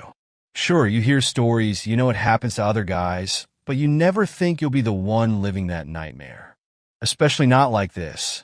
Not with another man, sure, that's one thing. But dragging my daughter into it? Into the same damn bed? And filming it on camera? That's a whole new level of hell. You gotta be wondering what the hell is wrong with me, right? Like, what kind of husband lets this happen? What kind of father? Trust me, I've asked myself that same question a million times. I must be a really shitty husband for things to have gotten this bad. But hey, let's start from the beginning. Because believe me, this didn't happen overnight. First things first, a bit about me. I'm not new to pain. Life hasn't exactly been a smooth ride. My first wife, God rest her soul, died of cancer more than 9 years ago. You know, they say time heals, but anyone who's lost someone like that knows it's bullshit. It doesn't heal, not really. You just learn to live with it, like a permanent scar. She was my everything. We had this beautiful life together, until cancer ripped it all apart. She fought like hell, went through all the treatments, surgeries, and chemo, but it wasn't enough. In the end, I lost her, and nothing could prepare me for that. When she died, she left me and our daughter behind. Our girl was only 16 at the time. Sweet 16, right? Except it was anything but. She was devastated, and so was I. It felt like the world collapsed in on us, like we were drowning in grief. I tried my best to be there for her, to hold it together for both of us. But let me tell you, raising a teenage daughter alone after losing the love of your life, that's no small task. Now my daughter, she's 25, a grown woman. She's smart, independent, got her mom's strength in her, or at least I thought she did. She was my pride and joy, my reason to keep going when everything else fell apart.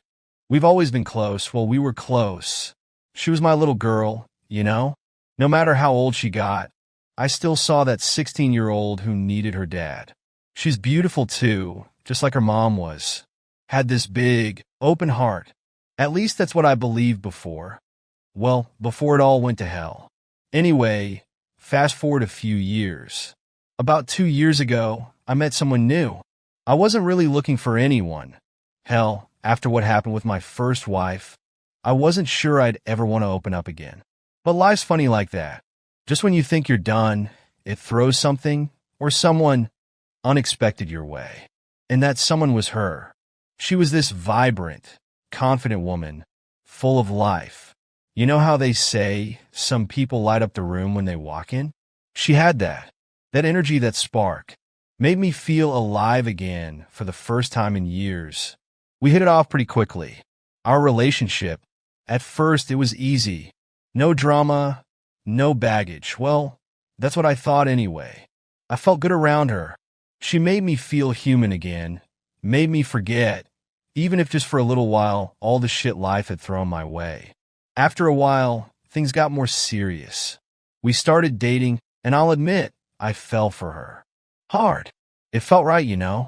Like maybe I'd finally found my second chance at happiness. About 6 months before everything blew up, we got married. I thought it was the start of something good, something real. Little did I know it was just the start of a slow-motion train wreck. She was beautiful, no doubt about that. The kind of beauty that turns heads when you walk into a room together. But it wasn't just her looks. She had this confidence, this way of carrying herself that made you feel like she was in control of everything. Maybe she was more than I realized. But there was something else about her, too. Something off, I guess you could say. She had her own tastes, her own interests, especially when it came to sex. Now, I'm no prude, don't get me wrong. But the things she was into, they were wild. way beyond anything I'd ever imagined. Gags, whips, you name it. At first, it was little things. Toys here and there, handcuffs, you know the drill. No big deal, right? But then she started suggesting things that made me uncomfortable. She wanted threesomes. Yeah, she came right out and said it one night like it was the most normal thing in the world. How about we bring someone else into the bedroom? Spice things up a little. I laughed it off, thought she was joking, but she wasn't. She was dead serious. And then there was the filming. She wanted to record us. Said it'd be hot, a fun little memory for later. But I wasn't into that. Call me old-fashioned, but that's not my style. Still, I didn't make a big deal about it. I just told her no, and she didn't push. That's the thing. She never pushed when I said no. She just accepted it with a smile, like it didn't matter. Like it was no big deal. And we never fought about it. Not once. She'd bring up something crazy. I'd say no, and life would just go on. I figured it was harmless, just her being adventurous, pushing boundaries that I wasn't ready for. I thought we were okay, but looking back now, I should have paid more attention. I should have seen the signs. Because let me tell you, those little suggestions were just the tip of the iceberg. I had no idea how deep that shit ran. And if I'd been more alert, if I'd questioned it more, maybe things wouldn't have spiraled out of control the way they did. Maybe I could have stopped it before it got so ugly. But hindsight, as they say, is 20/20ths. At the time, I was just happy to have her. Happy to have found someone who made me feel alive again.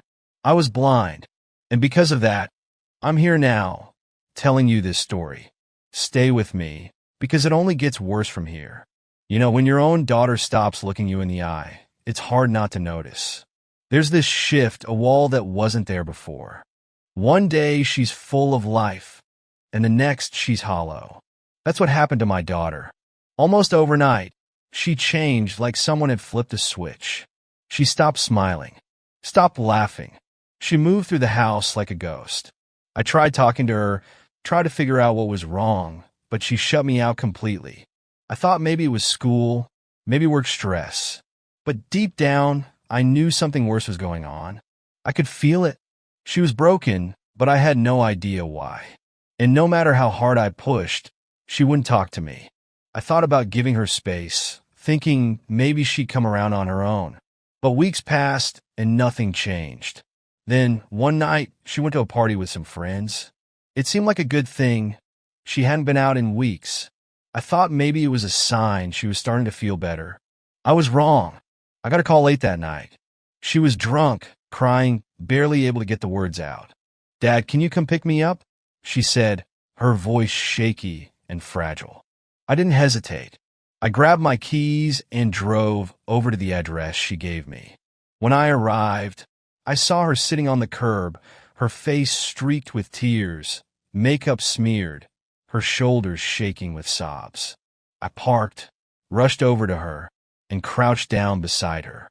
Hey, it's okay. I'm here. Let's get you home," I said softly, trying to comfort her. I helped her into the car, buckled her in, and started driving, my mind racing with a million questions. What had happened to her? What had triggered this breakdown? We drove in silence for a while. Her sobs filled the car, and I didn't push. I figured she'd talk when she was ready. And sure enough, a few minutes later, she took a deep breath and spoke.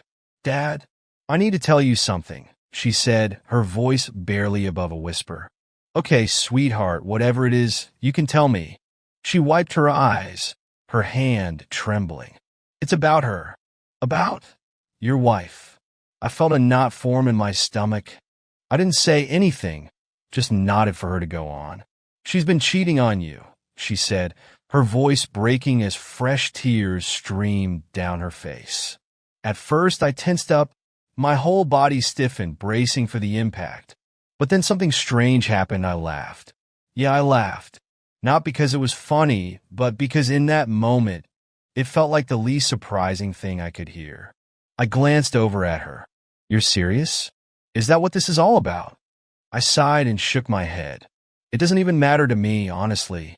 If she wants to screw around, fine. I'll leave her, no problem. You're the only thing that matters. and I'll make sure you have a good life. I tried to sound reassuring, tried to brush it off. After all, am I supposed to break down over a woman I've only been married to for 6 months? Hell no. She can go to hell. But my daughter didn't calm down. She kept crying, and that's when I knew there was more to this. Dad, there's something else, she said, her voice barely holding together. I felt the knot in my stomach tighten. What is it? She wiped her face again, her hands shaking. I wasn't feeling well that day. I took the day off work because I just needed to be alone. So, I went home early, and I asked, my voice tense now. I could feel it. The other shoe was about to drop. When I got home, she was there, your wife, but she wasn't alone. I gripped the steering wheel harder, my knuckles turning white. What do you mean? There was another man with her. I saw them. They were having sex in your bedroom. The words hit me like a punch to the gut. I couldn't breathe for a moment, like the air had been sucked out of the car. But before I could respond, she continued, her voice cracking with every word. When they saw me, they stopped. They freaked out. She ran to me, tried to beg me not to say anything to you. She promised it was a mistake, that it wouldn't happen again. I clenched my teeth, my jaw tightening as the rage started to build inside me. But it wasn't over. They didn't just stop there, she said, her voice barely holding steady. They asked me to join them. I blinked, my mind struggling to process what she had just said. What? They offered me wine. I was so shocked. I didn't know what to do. I drank it, Dad, and then I joined them. My hands were shaking now, my entire body trembling with rage. I couldn't believe what I was hearing. This wasn't real. This was some sick, twisted nightmare that I couldn't wake up from. My own daughter dragged into this mess by the woman I had trusted, by the woman I had married. They filmed it, she continued, her voice barely audible now. They filmed everything, and now I'm scared it's going to end up online. That was it. That was the breaking point. My world shattered in that moment. The anger, the betrayal, the disbelief, it all came crashing down on me at once. I felt like I was drowning in it, suffocating under the weight of what she had just told me. I couldn't think straight. I couldn't breathe. All I could feel was the rage boiling inside me, ready to explode. When I got home that night, I was a man possessed. The rage, the betrayal, it was like fire burning through my veins. I could barely see straight as I stormed into the house, slamming the door behind me. There she was, lying in bed like nothing had happened, like she hadn't just torn my world apart, like everything was fine. I didn't care about being calm. I didn't care about keeping my head, not after what I had just learned. I grabbed the covers and yanked them off her, throwing them onto the floor with such force that she bolted upright. Get the hell out of bed, I shouted, my voice louder than I had ever heard it. She looked at me, eyes wide, confused, maybe scared. What are you doing? She asked, her voice trembling. I wasn't interested in her excuses, her pathetic attempts to lie her way out of this. Where's the tape? I demanded, taking a step toward her. My whole body was shaking with anger. Where's the fucking tape? Her face paled, and I could see the fear creeping into her eyes now. She knew exactly what I was talking about. She sat there, clutching the sheets as if they would protect her. I didn't mean for it to happen, she started, her voice cracking. You're just so closed off all the time. Oh, so this is my fault now? I barked, cutting her off, not even bothering to hide the venom in my voice. You dragged my daughter into this sick shit, and you want to blame me? My hands were balled into fists, my knuckles white as I tried to keep myself from losing it completely. I took another step toward her, grabbing her by the shoulders, my grip tight enough to make her wince. Where is it? I growled, my voice low and threatening. Where's the tape? She started to cry, her voice trembling with fear. I didn't want to hurt you, she whimpered, her tears falling now. I'm sorry, it got out of control. I shook her once, hard enough to make her snap out of it. Who has it? I demanded, ignoring her pathetic apology. "Where is it?" She hesitated for a moment, glancing away, but I could tell she knew she didn't have any options left. She wasn't going to get out of this. My friend," she whispered, barely able to meet my gaze. "He has it." I let go of her, disgusted. I didn't want to touch her anymore. Not after what she'd done. "Give me his address." She wiped her tears with the back of her hand, sniffling like some wounded animal. She told me where he lived, a few blocks away. I didn't say another word. I didn't need to. I stormed out of the house, slamming the door behind me so hard that the frame rattled. I didn't care if she stayed or packed up and left. I wasn't coming back until I had what I needed. The drive to his place felt like a blur. My mind was racing, my pulse pounding in my ears. I didn't have a plan. I didn't care. All I knew was that I wasn't leaving without that tape. It was late, past midnight, when I pulled up to his house. The lights were off, and the neighborhood was quiet, save for the sound of crickets in the night air. I got out of the car and walked up to his front door, my heart hammering in my chest. I didn't knock gently. I pounded on that door like I was going to break it down. No answer. I banged again, harder this time. I could hear movement inside, the sound of someone stirring. Finally, I heard his voice, groggy and confused from the other side of the door. "Who is it?" he called out, clearly still half asleep. I took a deep breath, trying to steady my voice.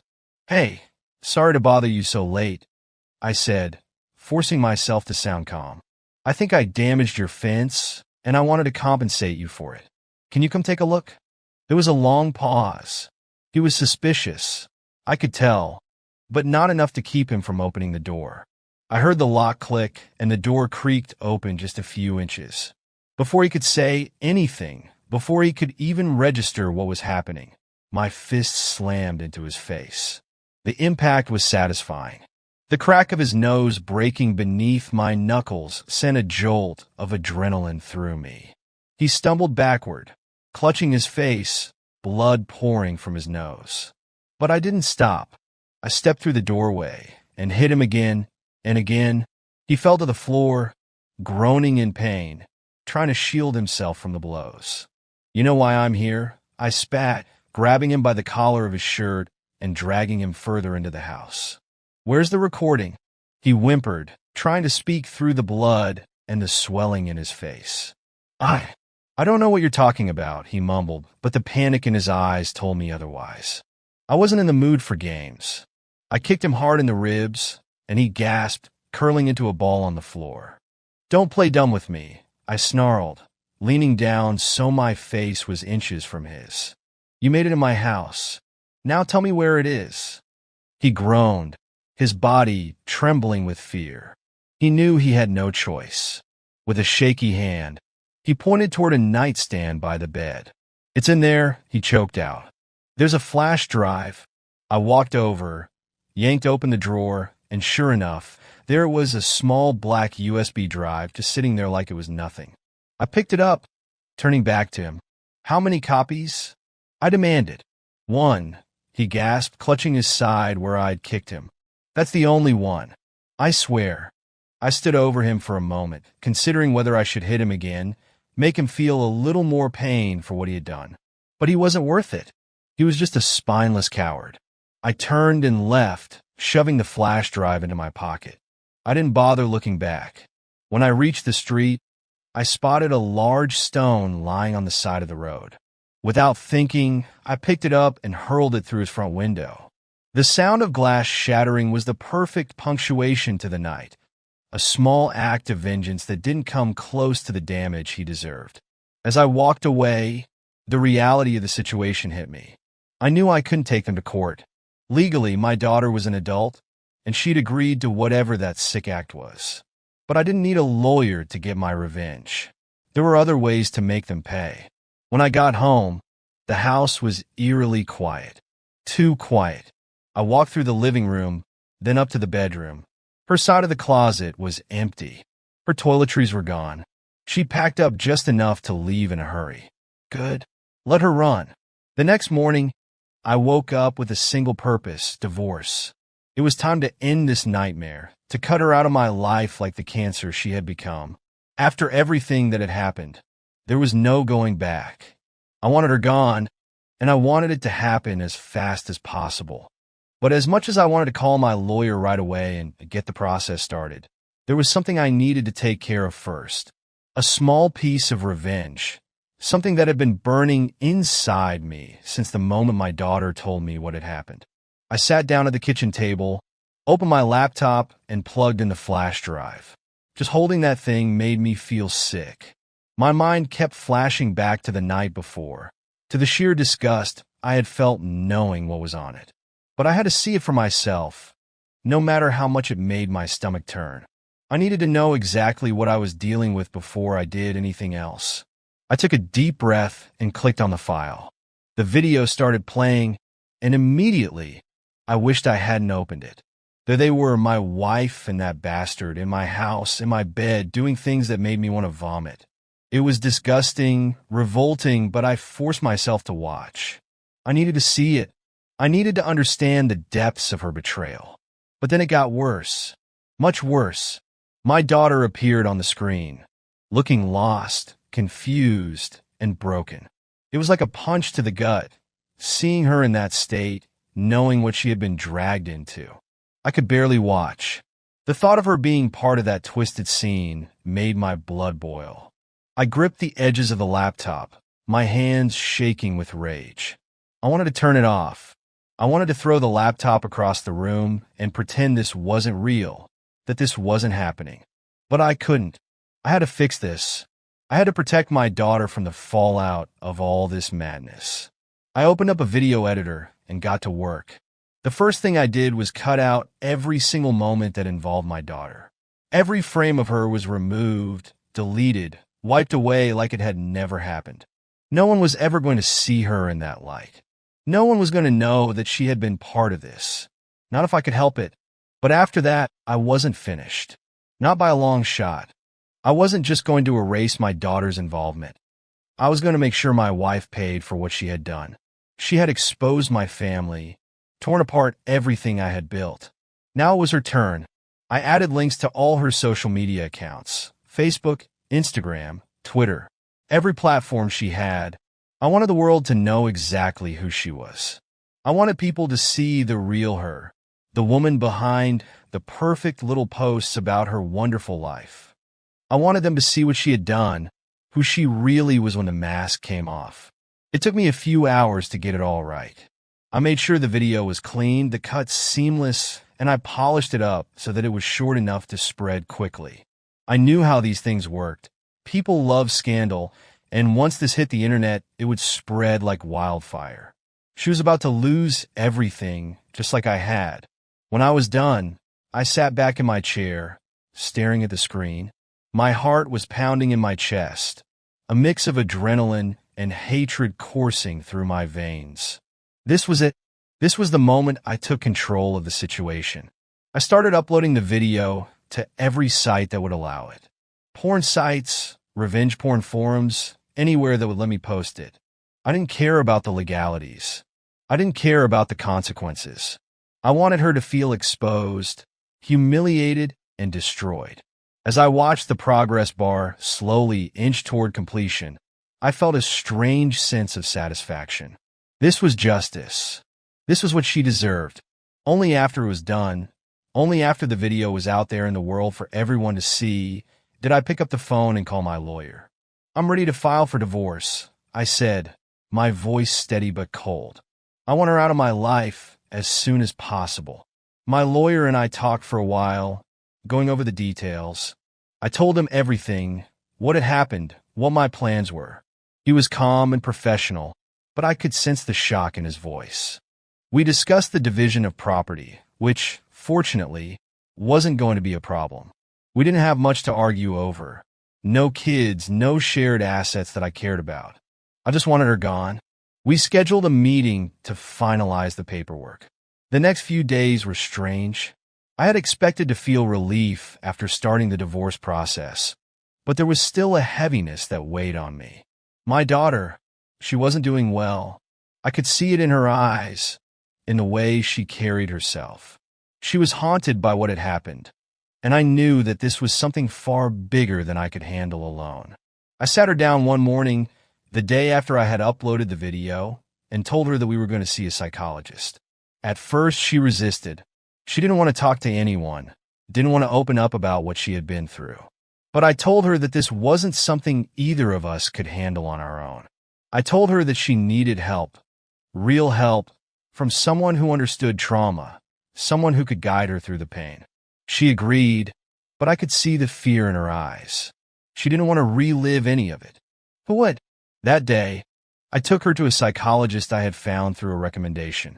We sat in the waiting room together, not saying much. She was nervous, her hands trembling as she fidgeted with the hem of her shirt. I didn't know what to say to comfort her, because deep down, I knew I wasn't in a place to help her either. I was just as broken. As she went in for her session, I sat there alone with my thoughts. The truth is, I probably need help too. I mean, how could I not? But the thought of sitting in that room, talking to a stranger about everything that had happened, about all the anger, the guilt, the betrayal, I couldn't do it. I wasn't ready. Not yet. Maybe not ever. When she came out, we didn't talk about what had happened in the session. I didn't push her. I knew it would take time, and I was willing to give her that. As long as she was getting help, as long as she wasn't alone in this, I could manage. I could hold it together for her. As for me, I don't know. Maybe one day I'll have to face my own demons. But for now, I'll keep them buried, just like I always have. I'll write an update later, once everything is settled. For now, I just want to say thanks for reading, for listening to my story. I don't know where this road is going to lead, but I'm ready for whatever comes next. Take care of yourselves out there. Hold on to what matters, and don't let anyone take it away from you. You're stronger than you think. Until next time, update. So it's been a while since I shared my story. I figured it was time to give you all an update on how things have been going. Spoiler, it's much better now. But let me start from the beginning, where I left off. First off, the divorce. Honestly, it went a lot faster than I expected. There was no real fight, no drawn-out court battle. We didn't have any property together.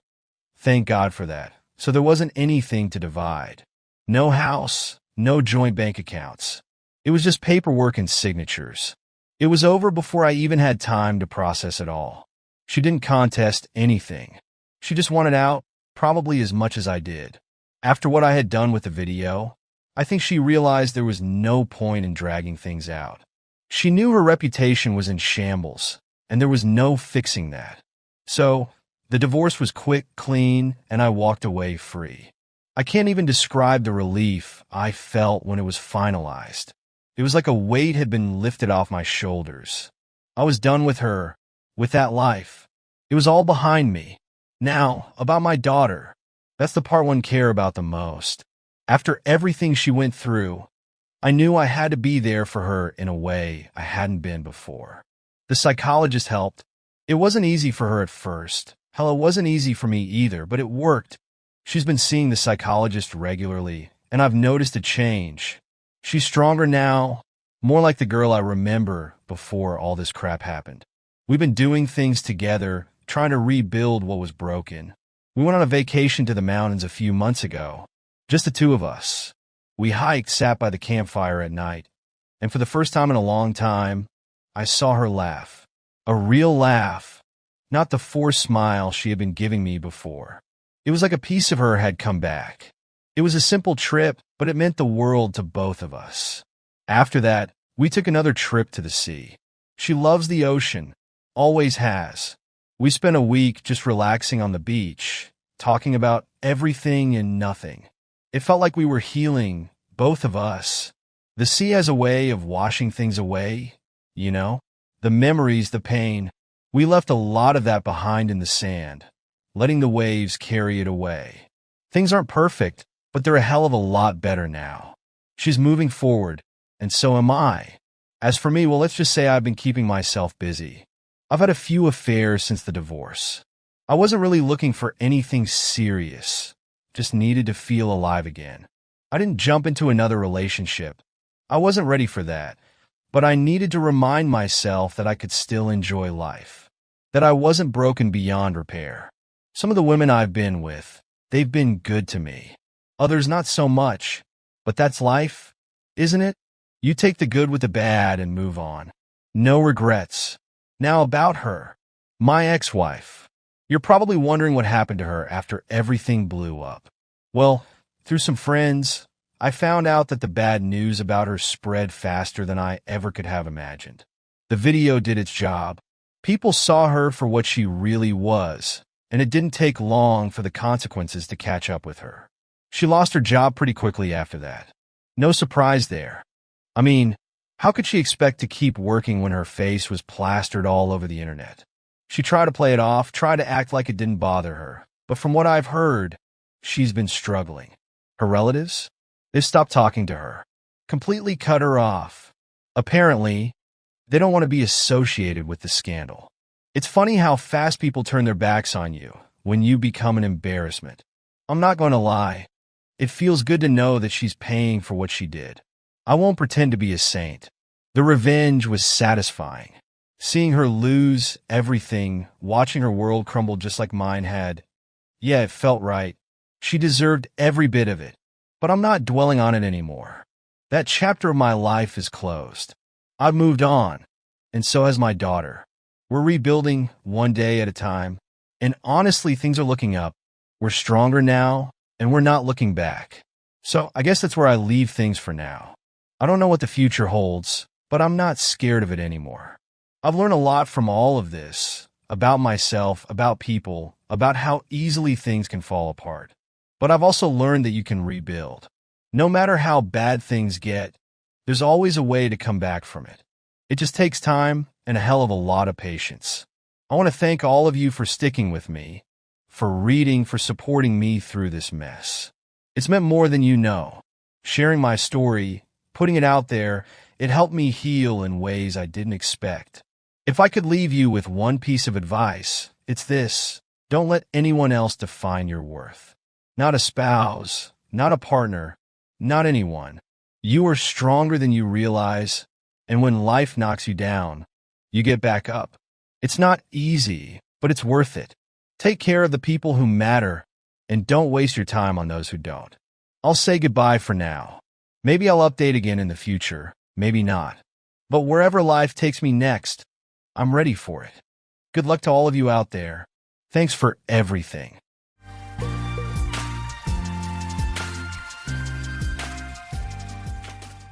I'm in a unique situation and want to know if anyone else has experienced something similar. I'm not the wounded person here. My husband, kids, and parents bear the burden of my past mistakes, for which I am genuinely sorry. Let me be straightforward. About 19 months ago, I was caught having an affair with a married neighbor and father of 3. I'm a 32-year-old woman, my husband is 39, and the neighbor, whom I'll call Steve for confidentiality, was 27 at the time. I made a terrible mistake having the affair with Steve, which began a little over 2 years ago. While the affair lasted nearly 5 months before being exposed, I was physically with Steve only 4 times in total. I know it's hard to believe, but I swear it's true. Well, let me tell you something. I don't believe it. To address questions about my marriage that I'm sure everyone reading this has, were we having issues? Did I not love my husband? Was I unhappy? The answer is a definite no to all those questions. I was completely content and fulfilled in my marriage, and I love my husband and our 2 boys, ages 9 and 11, more than anything in the world. Jim satisfied me emotionally, mentally, and physically. He was everything I ever dreamed of and more. My attraction to Steve was misplaced and stemmed from a deep place that took me back to my first romantic encounter at 18. It was a wild attraction, just like my first time. It was like a wild animal instinct inside me that drove me to this. In high school, I dated 4 boys, but nothing serious beyond a quick kiss at the end of the night. In fact, I considered all those guys as friends since we all grew up together.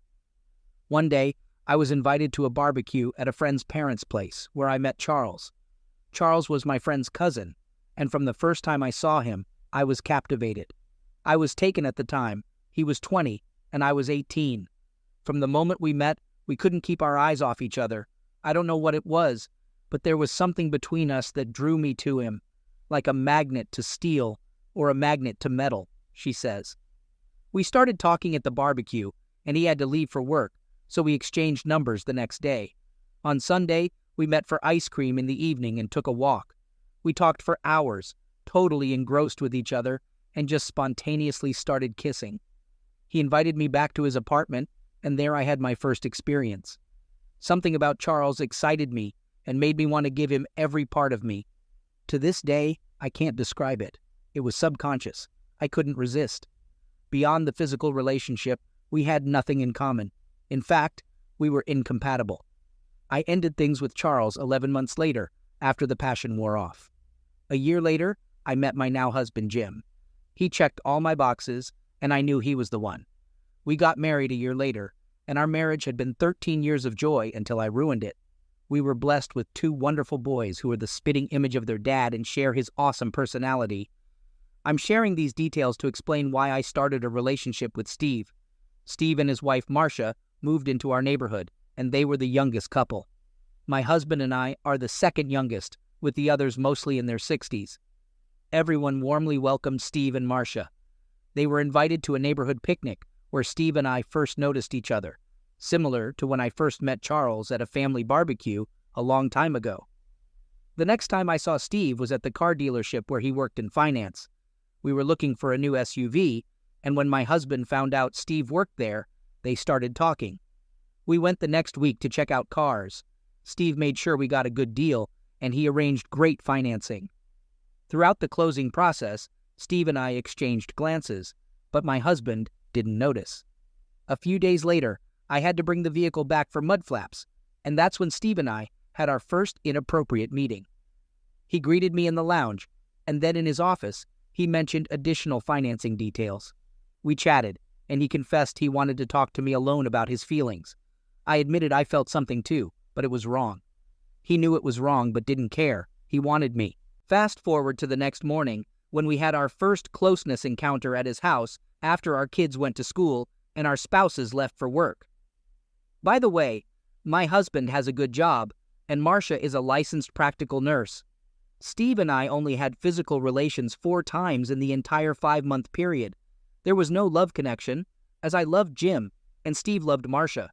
What we had was just physical, and to be honest, it wasn't as good as what I had with my husband. Not even close, but it was forbidden, and therefore thrilling and dangerous. Looking back now, being a stay-at-home mom for 11 years made me desperate for attention from this attractive younger man. I thought I could have this secret adventure and still maintain a loving marriage with my husband. That idea came crashing down one Thursday morning, 19 months ago, when Steve and I were caught in bed at his house by Marcia's mother. She walked in on us, fully engaged, and started screaming obscenities. She slapped and scratched Steve, leaving a large gash with her nails. She also hit me square on the jaw and pulled out 2 handfuls of my hair before I could gather my clothes and leave the house. When I got home, I was completely shocked by what had just happened, and the reality of my actions sank in. I realized my perfect marriage to Jim was forever changed and could end because of this. I sat silently for a couple of hours, just staring at the walls, wondering how to tell my husband. Eventually, I decided to call him and left an urgent message, stating that I had something very important to discuss. He didn't respond, so I texted him, but still got no reply. A few minutes later, Marcia and her mother showed up on our front porch, knocking on the door in the bay window, screaming for me to answer. Terrified and thoroughly embarrassed, I didn't respond. Luckily, my boys were at school when this happened. After they left, I laid down on the couch, crying. I briefly fell asleep, but woke up to the sound of a car door in the driveway. I looked out and saw my husband. I rushed to freshen up before going back into the living room to greet him when he opened the door. However, he didn't enter. Instead, I saw through the window that he was walking down the street toward Steve and Marcia's house. I watched as he spent nearly 3 hours there before coming home. I went to hug him, but he kept me away. I started apologizing, but he said my apology wasn't accepted, and he wanted me to leave. I fell to the floor, crying and begging, telling him I didn't want to go, but he insisted. He then called my mother, explained what I'd done, and asked her to come over and pick me up. Mom came over, apologized to Steve, convinced me to go back to her house for the night and help me pack some clothes. I left, crying, asking Jim what he would tell the kids. He said he would take care of it. I left, broken-hearted and ashamed. That night, I called Jim, and to my surprise, he answered. He just said hello and went silent. I identified myself, apologized, and promised never to do something like this again. I expressed my commitment to spend the rest of my life making it up to him. Jim remained silent, asking if I had anything more to say. I said no, and asked him about his feelings. He told me he knew what he was feeling, and I started crying. He then said he wanted me to stay at my parents' house for a couple of weeks before coming home. I reluctantly agreed, but asked when I would get to see him and the boys again. He said he didn't want to see me now, but agreed to a brief call every evening at 9 o'clock. The first call ended with me saying, "I love you," and Jim saying nothing, just hanging up. The next night's call went the same way, with me apologizing and Jim staying silent until I stopped talking. He then dropped a bomb, saying he wanted a divorce. Hearing this, I broke down and begged him for another chance. He refused, acknowledging he'd lose half his hard-earned assets. Then, he unexpectedly said he'd give me everything he owns if I just disappeared and left him and the boys alone. I broke down again, insisting he didn't mean that, but he affirmed that he did. We ended the call, and I cried all night. I then started thinking of how I could make him stay, and came up with a plan to offer him a post-nuptial agreement so favorable he couldn't refuse it. All I wanted was a second chance to prove my love, regardless of the cost. The following week, while Jim met with his divorce attorney, I consulted my own lawyer, not to prepare for divorce, but to create a post-nuptial agreement to present to Jim before receiving the divorce papers. I visited 4 different attorneys before finding one who specialized in post-nuptial agreements and was willing to create such a lopsided agreement. Lopsided in that my husband would receive nearly all the benefit in exchange for remaining married to me for a period, giving me a second chance at love. Unfortunately, Jim's lawyer completed the divorce papers in just 11 days, and I was served at my parents' house 2 days later. I had Jim served with the proposed postnuptial agreement. We talked that night. After he read the proposal, he was a bit surprised at what I had offered, and for the first time, I could sense the caring person I once knew coming through, not the angry man who had been so robotic and cold for the past 2 weeks. The agreement is a complete win for Jim and an opportunity for me to prove I'm worth keeping. I won't go into specific details about the postnuptial, but I can confirm that it allows Jim to keep nearly all our marital assets if we stay married and live together for at least 30 months. Also, if I'm unfaithful again and we divorce, I lose all claims on our marital assets, get nothing, and forgo any alimony and child support payments. The agreement also requires me to get a full-time job within the next 6 months and contribute to our household expenses. Finally, my husband can see other women if he chooses throughout the remainder of our marriage. I know Jim would never be unfaithful. It's not in him. But I want him to know I love him enough to give him this option. To my surprise and delight, Jim accepted the offer with one additional stipulation. The clause Jim wanted added stated there is no requirement for us to sleep together or have any type of cohabitation coitus during the remainder of our marriage. I was saddened and hesitant to agree to this, but I finally did, feeling that with time I could win back his respect, trust, and passionate love. Things have not gone as I thought, and that's why I'm here. We are now 17 and a half months into our second marriage, as I call it, and our relationship is one of being housemates, raising our boys. Don't get me wrong, I thank God every day for the second chance I've been given, but what we have wouldn't qualify as a marriage. It's more like we are 2 divorced people, cohabitating. Since my affair, Jim has shown absolutely no affection towards me whatsoever. I mean nothing, not even a kiss or a hug. He won't even let me near him to express any type of affection, although I do get in for a hug and a kiss occasionally before he can block me. But I can tell he doesn't like it, so I don't do it very often. Even so, he requires me to submit monthly to at-home STD testing. Also, since the affair, Jim will not go out in public with me, even to family events. When our boys have games, we alternate who takes them. When it's my turn, Jim shows up at the games but doesn't sit with me. Instead, he normally stands on the sidelines with other fathers and acts like I'm not there. The only time we go out together is when we go out of town or on vacations, which we do often. When we travel, he orders adjoining rooms with 2 queen beds each. The boys stay in one room, and we stay in the other in separate beds. I look forward to every trip, as these are the times we are closest and where I've almost been able to break through to him. I told Jim about this and suggested we move from our neighborhood to start fresh. However, Jim said he'd only move if he gets a job promotion requiring relocation. Otherwise, he plans to stay until our boys finish high school. The boys also don't want to move because all their friends live nearby, as do Jim's friends. Since the affair, I lost all my friendships in the neighborhood. Steve and Marcia divorced 8 months after D-Day, but Marcia and her kids still live down the street. The neighborhood women I was once close to cut me off, blaming me for breaking up the family. Now, my home feels like a prison, and I rarely go outside, staying inside or in my backyard tending to my gardens. My boys are often out with their friends in the neighborhood, including Marcia and Steve's kids, but thankfully, their world hasn't changed much. Jim follows a similar routine, hanging out with neighborhood men, smoking cigars, and sipping bourbon at night, either at our house or theirs. After work, the guys enjoy relaxing together. Jim goes to work, hits the gym, and then comes home, usually avoiding the dinner I make. On weekends, he grills and only eats what he cooks, not my dishes. Weekday dinners with my boys have become a great bonding experience. We eat around 4 o'clock when they get home from school, setting the table, helping with final food prep, and cleaning up together. This time has brought us closer, teaching valuable skills, even in the garden where we've created an awesome space. In summary, some things in my life are great, while others are awful. I'm unsure whether this marriage is worth continuing in its current state, or if I should let Jim go now and provide financial benefits. Deep down, I know he's not happy and no longer sees me as his wife or lover, just as a co-parent. I love Jim a lot and will carry the burden of what I did for the rest of my life. I want to return to the loving relationship we once had, but I doubt he'll allow it.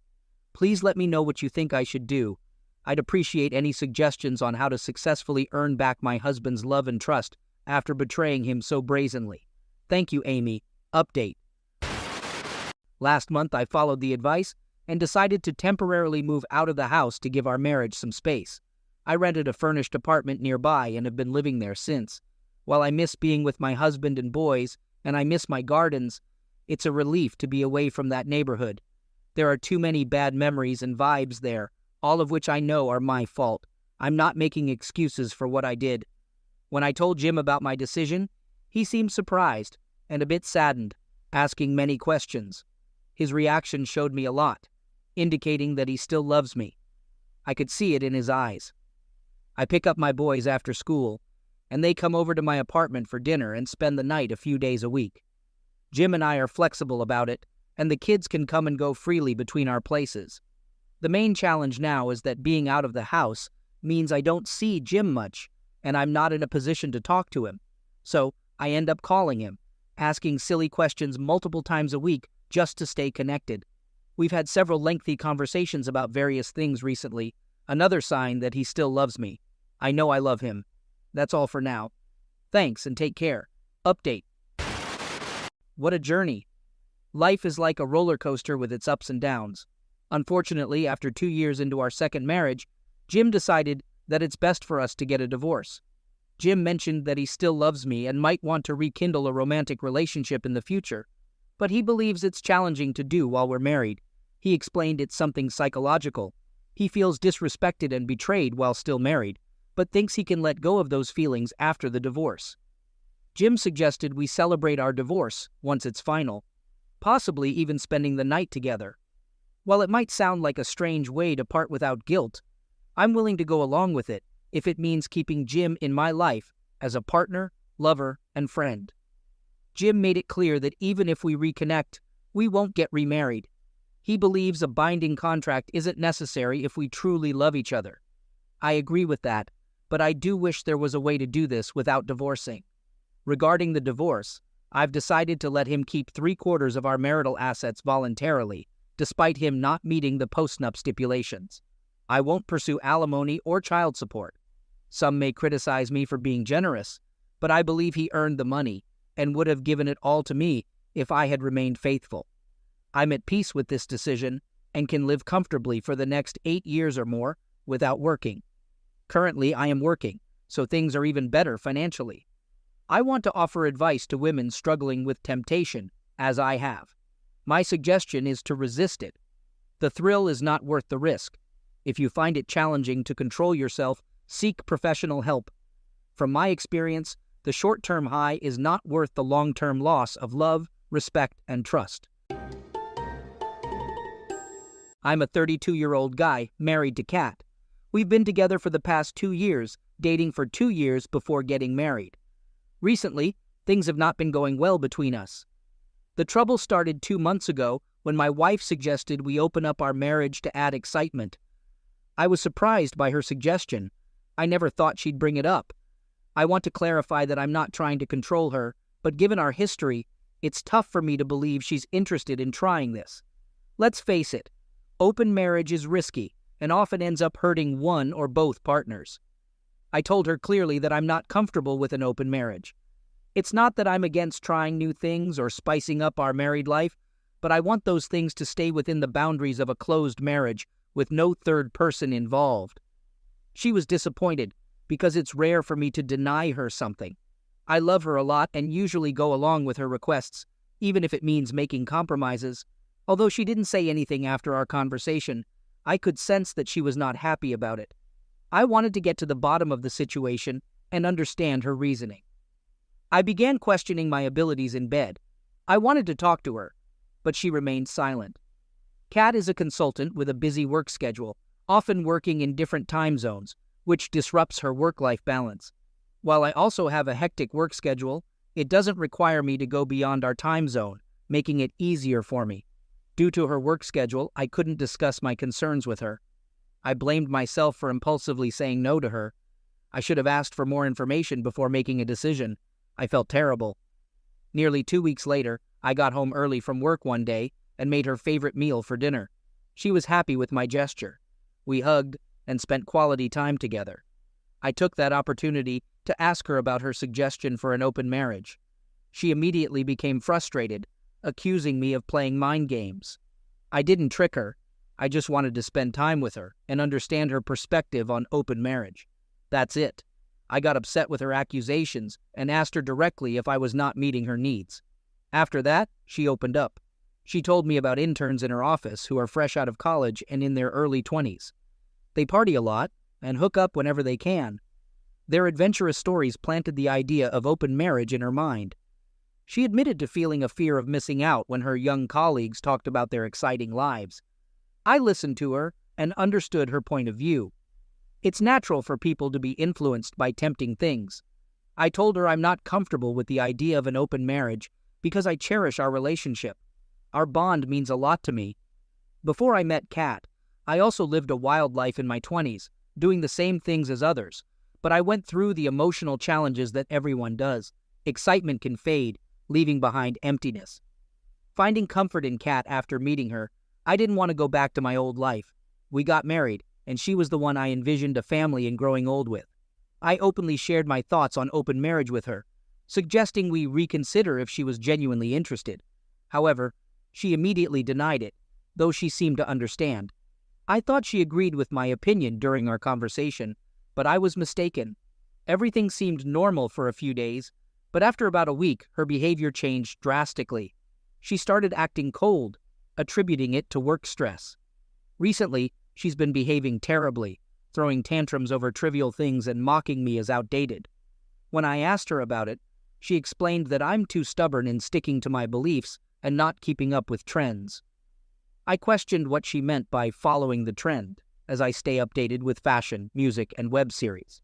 I asked if my reluctance for an open marriage upset her, and she simply nodded, leaving me confused.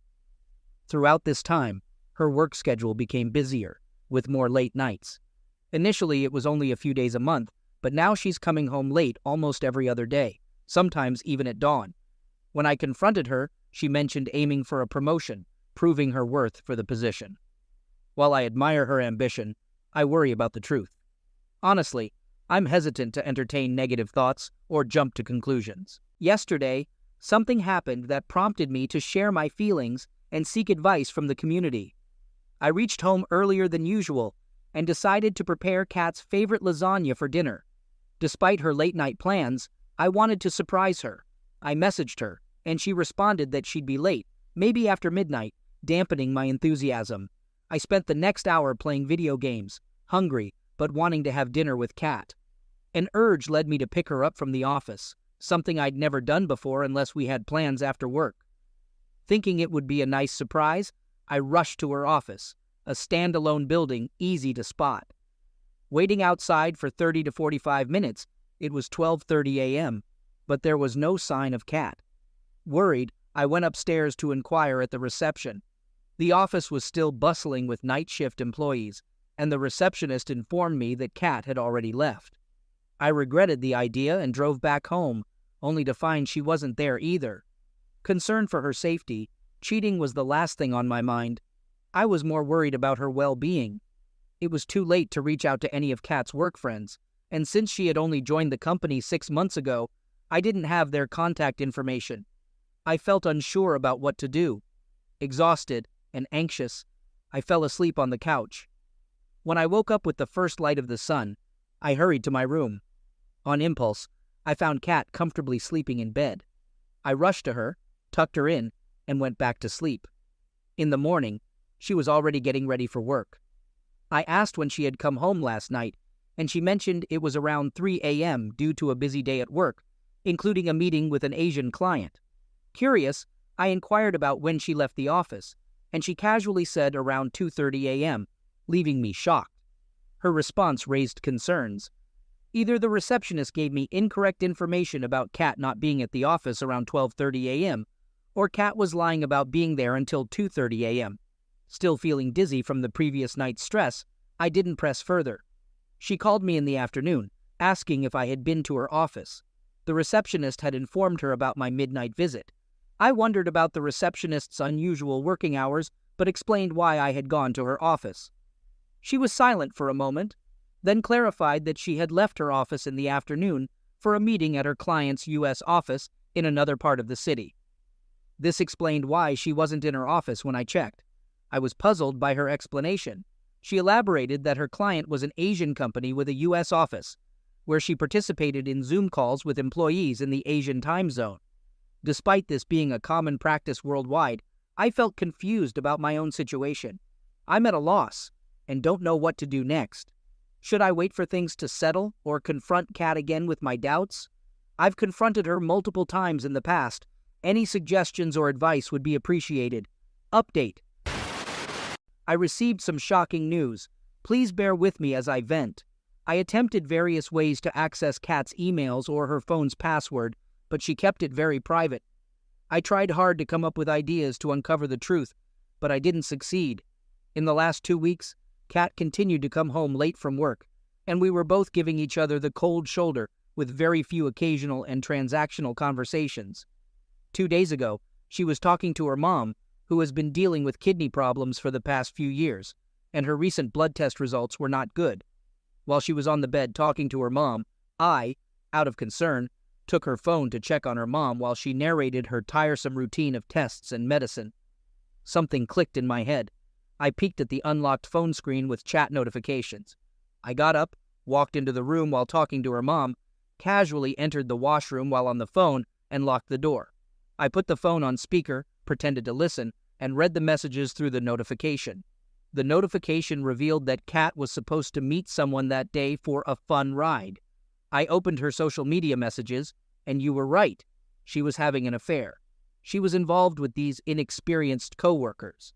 After a couple of minutes, she realized I took her phone into the washroom, and she started knocking on the door to get it back. I didn't have enough time to read all the conversations, so I quickly scanned her gallery for concrete proof.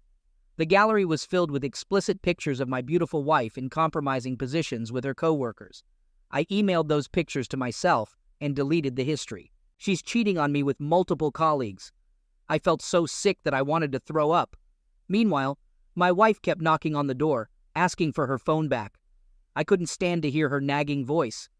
I unlocked the door, swiftly handed her the phone, and locked the washroom again. Initially, I wanted to rush out and confront her right away. But instead, I calmed myself down and let the anger pass. The chat notifications contained details about the location and the time they were supposed to meet that day. Leaving the washroom, I grabbed the car keys and drove to that location. While leaving the house, she faintly called my name, but I didn't bother to turn back. At the hotel, I chose the darkest table in the lobby, not to cause a scene, but to observe how comfortable she was on her way to cheat. She was supposed to be there at 5 p.m., and I arrived at 3, downing countless shots by 5. I had initially hoped to confront her at home, but God knows what I was thinking. Maybe too numb and unready for a face-off, not even in the lobby. By 6, she didn't show up. I thought she might have sensed my presence and changed the location. Nevertheless, I was too drunk and drained to think clearly. I sat there, continuing to drink. Around 7, I saw Kat. At that sight, my world crumbled. My vision blurred after 4 hours of drinking. I faintly remembered what happened next, reacting in autopilot mode. I got up, staggered to the reception area where she was registering her entry, tapped her on the shoulder and said, "Good luck with your fun ride." I might have said more, but this is the summarized version. She held my hand, attempting to explain, but I don't recall her words. I do remember shrugging her off, freeing my arms from her grasp, and storming out of the hotel. I hailed a cab to my friend's place and passed out at his door. The next thing I remember is waking up on my friend's couch yesterday afternoon. I slept for 16 hours straight. It was Sunday afternoon. My friend Lee made me some lunch along with fresh lemonade. I poured out my entire story to him. He advised me to freeze joint accounts, change passwords, and get an STD check immediately. For someone betrayed so badly, money and all these privacy checks were the least of my concerns. I reached out to my dead phone, plugged it in, and switched it on. The screen flooded with notifications, 100+ missed calls, 50+ voicemails, and countless pleading messages. I ignored it all. After a few minutes, calls and messages from her started again. I blocked her on all platforms. I felt so disgusted that I didn't even read her messages and emails completely. Today is Monday. I've called in sick for the next few days at my office. I don't know how to deal with this. I've been drinking heavily and want to run away from all of this. I don't know what to do now. My friend is searching for some of the best lawyers in the vicinity. Update. I recommended securing our shared accounts, changing passwords for sensitive information, and getting tested for STDs. Thankfully, the test results were negative. Lee assisted me in finding a lawyer, and I shared all the pictures from Kat's phone with him. I temporarily settled with Lee until the divorce is finalized, which worked out well since he needed a roommate. Throughout this time, Kat has been trying to reach me, pleading for us to get back together and start anew. She also contacted Lee, asking for his help in reconciling our marriage. According to her, the hookups were meaningless, and she was just exploring her desires, wanting to feel attractive. I'm uncertain about these Gen Z concepts of desirability and whether the whole idea is genuine or not. A few days after my last update, I sent Lee to my house with keys to collect my belongings, hoping Kat would be at the office on a regular workday. However, Lee found her at home, where she broke down and sought his help. Lee was clever enough to inform her that I was staying in a hotel, not at his place, to avoid any potential drama. Kat informed Lee that she had quit her job, revealing that it all began when interns at work started flirting with her. They made her feel desired and beautiful again, leading her to try various experiences, including illicit ones. Initially, it was a one-time thing, but she later became dependent on the thrill. Since the interns didn't make enough money, they relied on Kat to cover their expenses. She eventually realized they were taking advantage of her financially, but by then, she was already immersed in that lifestyle. When Lee questioned why she didn't confess earlier, Kat claimed she had spoken to me about opening up the marriage due to guilt. However, my refusal to agree prevented her from confessing anything to me. I find it confusing. What's the point of asking for an open marriage after cheating on me? Kat is resisting signing the divorce papers and blaming me for motivating her one-night stands, but she can't provide evidence for her false claims. Now she's seeking alimony, citing mental distress caused by the divorce. If anyone deserves compensation, it's me, as I had to endure the terrible feelings of betrayal. Later that month, Kat's sister, Amy, name changed, contacted me, pleading for reconciliation. She shared how Kat is going through tough times, leading to severe depression due to the interns damaging her reputation at the office. They circulated compromising pictures of Kat having fun with them to other senior employees, mocking her as an easy target. This gossip made her the center of attention at the office, forcing her to leave. Senior employees spread the gossip outside the office network, making it difficult for Kat to get referrals. I reminded Amy that Kat chose to leave our stable married life for a thrilling experience, and now she has to face the consequences. Anyways, I'm moving forward with my life. I've kept my drinking habits in check, focused on working out, eating healthy, and staying busy at work. The divorce proceedings are ongoing despite Kat's resistance. It got delayed, but my lawyer assures me that it will wrap up soon.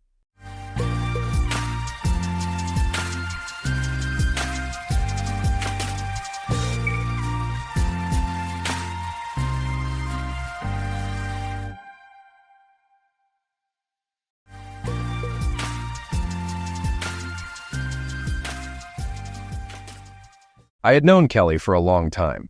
We first met as kids, growing up in the same small town where our families were closely connected through the local farming industry. Her dad owned the grain elevator, and mine ran the largest farm in the area. It seemed inevitable that Kelly and I would end up together, and over time we built a relationship that eventually led to marriage. Despite the occasional ups and downs, I always believed we had something solid. At first, our life together was like any other married couple's, full of happy moments and the usual challenges. But over time, I started noticing a change. Kelly became distant, and I felt the closeness we once shared was slipping away. I had no idea that this distance was just a symptom of something much bigger that I was about to discover.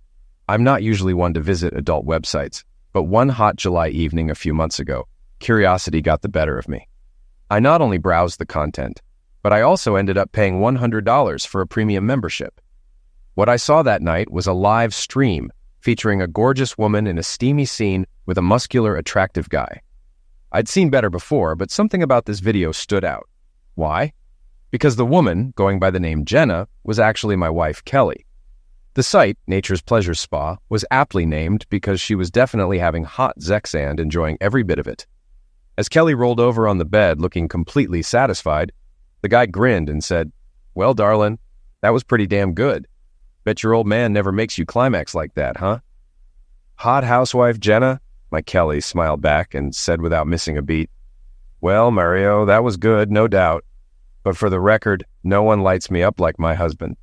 I've been with a few guys, but no one makes me happy like he does. You're good, but he's amazing, so don't stop trying." She smiled again.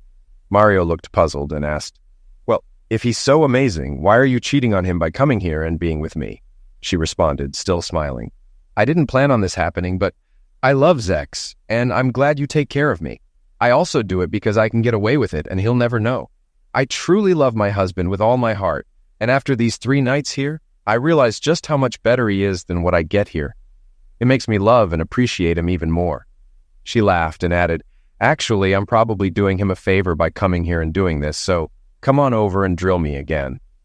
Like I said earlier, the $100 was money well spent because it allowed me to see what was going on with my loving wife, and it cost a lot less than hiring a private investigator or buying surveillance equipment. You're probably wondering how I got to this point. What led me to visit that site in the first place? It's a fair question, and the most honest answer I can give is that it was just a fluke, a stroke of luck. Not that my wife was sleeping with Mario, but that I found out she was cheating. Kelly and I have been married for just over 8 years. We first met in elementary school and grew up in a small town in central Illinois. She lived in town and I lived in the country. Her dad owned the largest grain elevator, and my dad owned the biggest farm. Since our parents did business together, it was natural for us to meet and become friends. I won't bore you with childhood crushes, high school romance, or even college. We both dated other people and yes, slept with others. We weren't exclusive. But deep down, I think we always knew we belonged together. Oh, and yes, I was the one who took her pureness, though there were others for both of us along the way. During our junior year at the University of Illinois, we decided to be exclusive. A bit later, I proposed, and about a year and a half later, just a week after graduation, we were married. Life seemed good, at least I thought it was, until that night in July. But anyway, back to the story. 3 years ago, Kelly's parents retired and moved to Phoenix, Arizona. Kelly, along with her sister Amber and brothers Tom and Carl Gentry, bought a 48% stake in the family grain business from their father, Tom Sr. He wanted to keep controlling interest for a few years to back their growth financially. Over time, he planned to reduce his stake until they owned the business outright. Amber is married to my friend Walter Swanson, who also happens to be a grain farmer. His farm is just a bit smaller than mine, and since we live nearby, we spend a lot of time together. Tom and Carl manage the grain business together, while Kelly handles the finances and bookkeeping. Amber also works there, managing customer relations and grain sales. It's a true family-run operation, with a few additional employees, mostly truck drivers and grain handlers. During the busy harvest season, they hire some part-time help as well. That's enough background. Now let me get back to the story of how I discovered my wife cheating online and what unfolded afterward. All 4 of the Gentry siblings put a lot of effort into finalizing the deal to buy out their father's share of the grain business. I wasn't too involved in it, but I knew they had to work hard to make it happen. There were meetings with banks, the Illinois Department of Agriculture, and insurance companies. By the time it was all settled, they were exhausted. Luckily, this all took place during winter, their slowest time of year. As for me, it was after harvest, so I didn't need Kelly's help on the farm as much as I would during the busy season. While she doesn't work on the farm directly, with 2,200 acres of corn and soybeans, planting and harvest times are hectic, and I rely on Kelly to run errands and assist where needed. You get the idea. Since things were slow, Kelly and Amber decided to treat themselves to a few days at a spa to unwind. They booked a 3-night stay at a place called Princess Spas. I know I previously mentioned Nature's Pleasures Spa, but that's the name of the website. Princess Spas is the actual spa. The ladies came back so relaxed and refreshed that they made it a yearly tradition, booking another stay the following July, after planting season was over. It was during that weekend spa visit that I stumbled upon the video. But how did I find it in the first place? Dan Marvel, the field agent for the Illinois Department of Agriculture in our area, stopped by one day during his routine rounds. Kelly and I knew Dan from college. When he asked about her, I mentioned she was on a getaway at Princess Spas. He gave me a strange look and mentioned that something odd was going on there that I might want to check out. He said his cousin used to work there as a masseuse and had shared some wild stories. He also said they had a website with a different name, something with pleasures in it. He didn't give me many details, just advised me to look into it. Well, I'm someone who likes to poke around the internet. I browse different sites, sometimes even stumbling on some spicy content, but usually it's just for fun. That night, curiosity got the better of me, and I did some searching. It didn't take long before I found Nature's Pleasures Spa and its live stream, and that's when everything unraveled. But you already know what happened next. I was devastated. I cried, yelled, got angry, then fell into a deep depression. All the emotions you'd expect when discovering your spouse is cheating. And it wasn't just this one time. I soon realized this wasn't Kelly's first affair.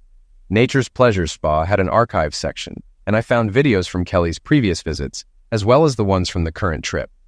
With the premium membership, I could download each video for an extra $20. I downloaded 2 videos from her first visit, 3 from her second, and 3 from this current trip. 8 videos in total. So, for $260, I had all the evidence I needed to divorce my wife. I didn't have a clear plan yet, but I knew I had to act quickly. I wasn't going to wait a month or even a week to confront her. As far as I was concerned, the sooner we split up, the better. Kelly had slept with at least 2 men, Mario and Steve, 8 times, and I had video proof. I didn't care if there were more, it was already too much. I made several copies of the videos onto DVDs and stored them in a very safe place. When my father built our house, he had a wall safe installed, hidden behind a panel in the office bookcase. Once the copies were secure, I deleted everything related to Nature's Pleasures Spa from my computer, including the original files. Other than the DVDs, there was no longer any digital trail. With that taken care of, I grabbed my phone and sent Kelly a message. Kelly, it's Jack. I know exactly what you're doing at Princess Spa, and I have evidence to prove it. Don't bother coming back to the house. This is no longer your home, and soon I won't be your husband. We're done. My lawyer will be in touch in the next few days to arrange for you to collect your belongings. Apparently, Kelly had turned off her phone and didn't get my message until the next morning, as I didn't hear from her that night. But early the following day, my phone started ringing. I saw it was Kelly calling, so I let it go to voicemail. Soon after, I heard her message. Jack? What are you talking about? Honey, I have no idea what's going on. Why would you send me such terrible messages? Amber and I are packing up now, and I'll be home in a couple of hours. Whatever you're thinking, you're wrong. I'll see you when I get home so we can talk. I love you, Jack. A little while later, she called again, and I ignored it. The voicemail was nearly identical, word for word. I began to wonder if she'd written it down, knowing I wouldn't answer. Soon after, a text came through. Again, almost the same message. Since I wasn't going to talk to her, I sent a short text back to acknowledge her messages but keep my distance. Maybe Mario knows what I'm talking about, honey. Would you have him call me if I asked? And as I said before, don't come back to the house. You're not welcome here. We're done, Kelly. I didn't get any more texts, but later that afternoon she called again and left another voicemail. Jack, we need to talk. I'm staying with Amber until we clear up this awful misunderstanding. Please call me so we can talk. That was Sunday afternoon, and I didn't return her call. The next morning, I went to my bank and arranged for a second safe deposit box in my name only. I placed one copy of the DVDs in the box, along with the original prenuptial agreement. I had a meeting scheduled with my lawyer at 11 a.m., so I made another copy of the prenup just in case there was any issue. When I arrived at my lawyer's office, I saw Kelly sitting there. She looked up at me, and I could see she was in rough shape. Her hair was a mess, and she had dark circles under her eyes like she hadn't slept. Kelly said, Jack, we need to talk about this. I asked, how did you know I'd be here? She replied, Richard called me when you made the appointment. At that moment, Richard Warner, my attorney, came out and asked us both to come into his office. My anger was boiling over, so I said, No, Richard, we're not going in together. You've lost my trust by calling Kelly. I need to know right now. Are you representing me and only me? Lawyers are supposed to be smart, but Richard missed the memo because he said, No, Jack, if this proceeds, I'll be representing Kelly. Turns out he thought the grain business was a better client than my farm. Maybe it was, since he had the Gentry family as clients too. I had my opinion about that, and I figured he'd realize his mistake eventually. Fine, Richard. I want all my original documents and copies of contracts ready by 4 p.m. today. I'll either pick them up or send a courier. I've appreciated your work in the past, but you're making a big mistake. My new attorney will contact you soon. Kelly stayed silent, but then pleaded, Jack, why won't you talk to me and straighten this out? Because, Kelly, it's clear Richard values you more as a client, and I'm not having this conversation without legal representation. Richard chimed in, Jack, you know I've always been fair with you. You have nothing to worry about. Oh, Richard, I have plenty to worry about. You can't serve two masters, and it's clear where your loyalty lies, and you've already shown I can't trust you by calling Kelly. With that, I said goodbye and left. I could hear Kelly starting to cry as I walked out the door.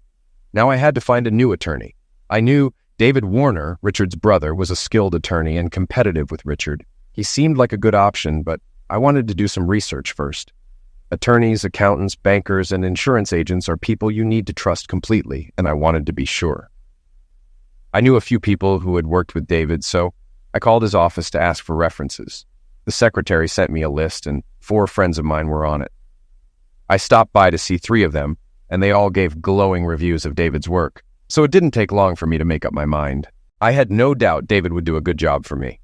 I didn't visit the 4th friend on the reference list because it was Wally, and I didn't want to involve him since he's married to Amber, Kelly's sister. I called David's office again, gave my name, and asked if I could schedule an appointment for after 4 p.m. The receptionist said he was busy until 4:30, but would check if he could meet after that. I knew there was a chance he wouldn't be able to, but I had to try. When she came back on the line, she said, Mr. Warner can see you at 4:30, but it'll have to be brief as he has other evening commitments. I agreed and confirmed I'd be there. I look forward to seeing you then, Mr. Hagan. By the way, my name is Samantha, and I'm David's wife. At 4 p.m., I stopped by Richard's office to collect my paperwork. They hadn't finished copying it yet. It was obvious they were stalling, hoping I'd changed my mind. I lost my temper and told them I needed every piece of legal paperwork within 15 minutes, or my new attorney would follow up. They asked who my new attorney was, and I told them they'd find out soon enough. After that, the office went into overdrive, with 3 people copying documents at once. 20 minutes later, I had everything. I still had time to make it to David's office for my appointment, so I didn't make a bigger fuss about the slight delay. I met with David, and he agreed to become both my personal and business attorney. I asked if I could leave all the documents I'd retrieved with him for safekeeping. and he agreed to store them in his vault until we could review them together. We scheduled an appointment for the next day, Tuesday at 9 a.m., to go over everything and plan for the divorce. When I left his office around 5:30, I smiled at Samantha and asked, "So, Samantha, am I in trouble or are your evening plans still on?" She smiled and said, "You did just fine, Mr. Hagen. Our evening is still on as planned. I wish all our clients were as punctual as you've been, but please call me Sam from now on." "Thanks, Sam, and you can call me Jack." The next morning, we reviewed all my business paperwork and contracts. I can't share details, attorney-client privilege and all that, but I can say David found everything to be in good order from a business standpoint. We broke for lunch, and David and Sam invited me to join them at the local diner. I agreed and met them there as I needed to stop by my bank first. They were a delightful couple, and we had a pleasant lunch. I learned they'd been married for about 10 years and had 2 daughters, ages 6 and 3. They showed me pictures, and the girls were adorable, looking just like their mom. They had beautiful smiles, just like Sam. That lunch lifted my spirits, making my transition to working with David easier. But it also saddened me because I realized my life partner wasn't with me anymore. Seeing how happy David and Sam were reminded me of how things had been with Kelly before I discovered her cheating. It brought tears to my eyes a few times. David didn't notice, but Sam did, and I could see the concern in her eyes. After lunch, I stopped by the bank and made some changes to protect my assets. I also picked up a $5,000 check payable to David Warner Law Offices as a retainer. David hadn't asked for anything yet, but I knew he'd appreciate the gesture. I returned to the office at 1:30 to continue our meeting. Sam greeted me and mentioned David was on the phone, then led me to the small conference room where we'd been meeting. She asked if I wanted coffee or anything else, and I said I was fine. She sat down next to me and reached out her hand. "David didn't tell me what's going on, Jack, but based on your reactions at lunch, I can guess what this afternoon is about. I see you're wearing a wedding ring, so I'm assuming it's about your wife. If you'd like, I'd be happy to sit in on the meeting this afternoon while we discuss whatever you need to share."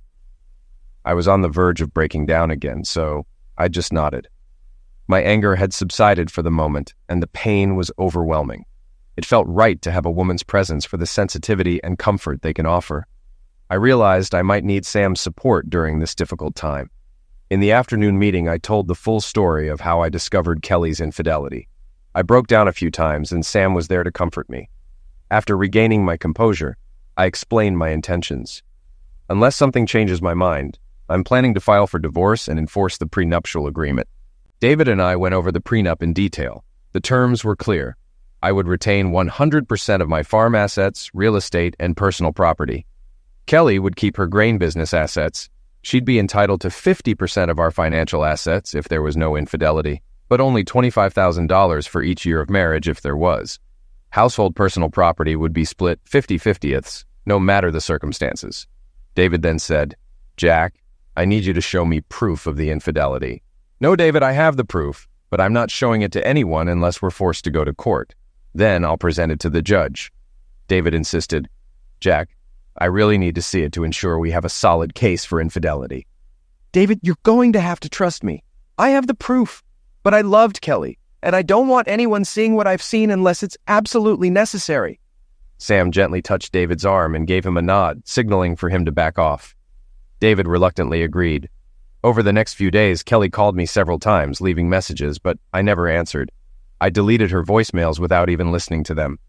Then, David called to tell me we had a meeting scheduled with Kelly and her lawyer, Richard, for Thursday at 10:30 a.m. When Thursday came, David and I drove to Richard's office. As we arrived, I noticed Kelly's car in the parking lot, so we headed straight inside. Richard's receptionist showed us to a small conference room, and after just a couple of minutes, Richard and Kelly walked in. Kelly looked much better than the last time I had seen her. It was clear she had made an effort for this meeting. She was undeniably beautiful.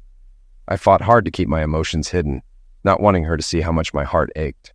She smiled and said, "Jack, I hope we can finally talk and resolve this misunderstanding. I miss you, and I want to come home." I stayed silent, knowing my voice would betray me if I spoke. I needed to get a grip on my emotions, and it wasn't going to be easy. David started, "We're here to discuss the divorce proceedings for the dissolution of Jack and Kelly's marriage. I believe it's important to give both parties time to express their thoughts on how to move forward." Richard nodded in agreement and added, "My client believes this is a misunderstanding and would like the chance to clear the air with her husband." That was it. My anger flared up, helping me regain control of my emotions. I looked at Kelly and said, "Kelly, here are the facts. When we got married, we signed a prenuptial agreement, and we updated it 2 years ago when you bought into your father's business. I've brought copies of the updated agreement for everyone." Kelly looked surprised and said softly, "But Jack, I don't want a divorce. I want to be your wife. Can't we move past this and be happy again?" I barely acknowledged her words and continued. The prenup was meant to protect our individual interests while still allowing us to benefit from marriage. Initially, it was to protect the assets that have been in my family for generations. When you bought into your father's business, we updated it to protect your family's assets as well in case of divorce. The agreement clearly states that I retain 100% of my family's assets and you retain 100% of yours. Debts related to those assets remain with the businesses, and neither party is responsible for the other's debts. Our shared marital assets are separate, and the agreement outlines the specific division of those assets depending on the circumstances of the divorce. I continued, "As stated in this document, you are entitled to your personal belongings, your clothing, jewelry, car, and anything else that I have no interest in. The same applies to me. All non-farm personal property, furniture, electronics, and artwork will be split 50-50ths. Farm-related property, grain bins, machinery, equipment, stays 100% mine since it's part of the farm operation. Financially, in the event of divorce, you are entitled to 50% of our financial assets if there has been no infidelity. There are 2 exceptions to this. If you divorce me for infidelity, I receive only $25,000 per year, or $200,000 total, not 50%.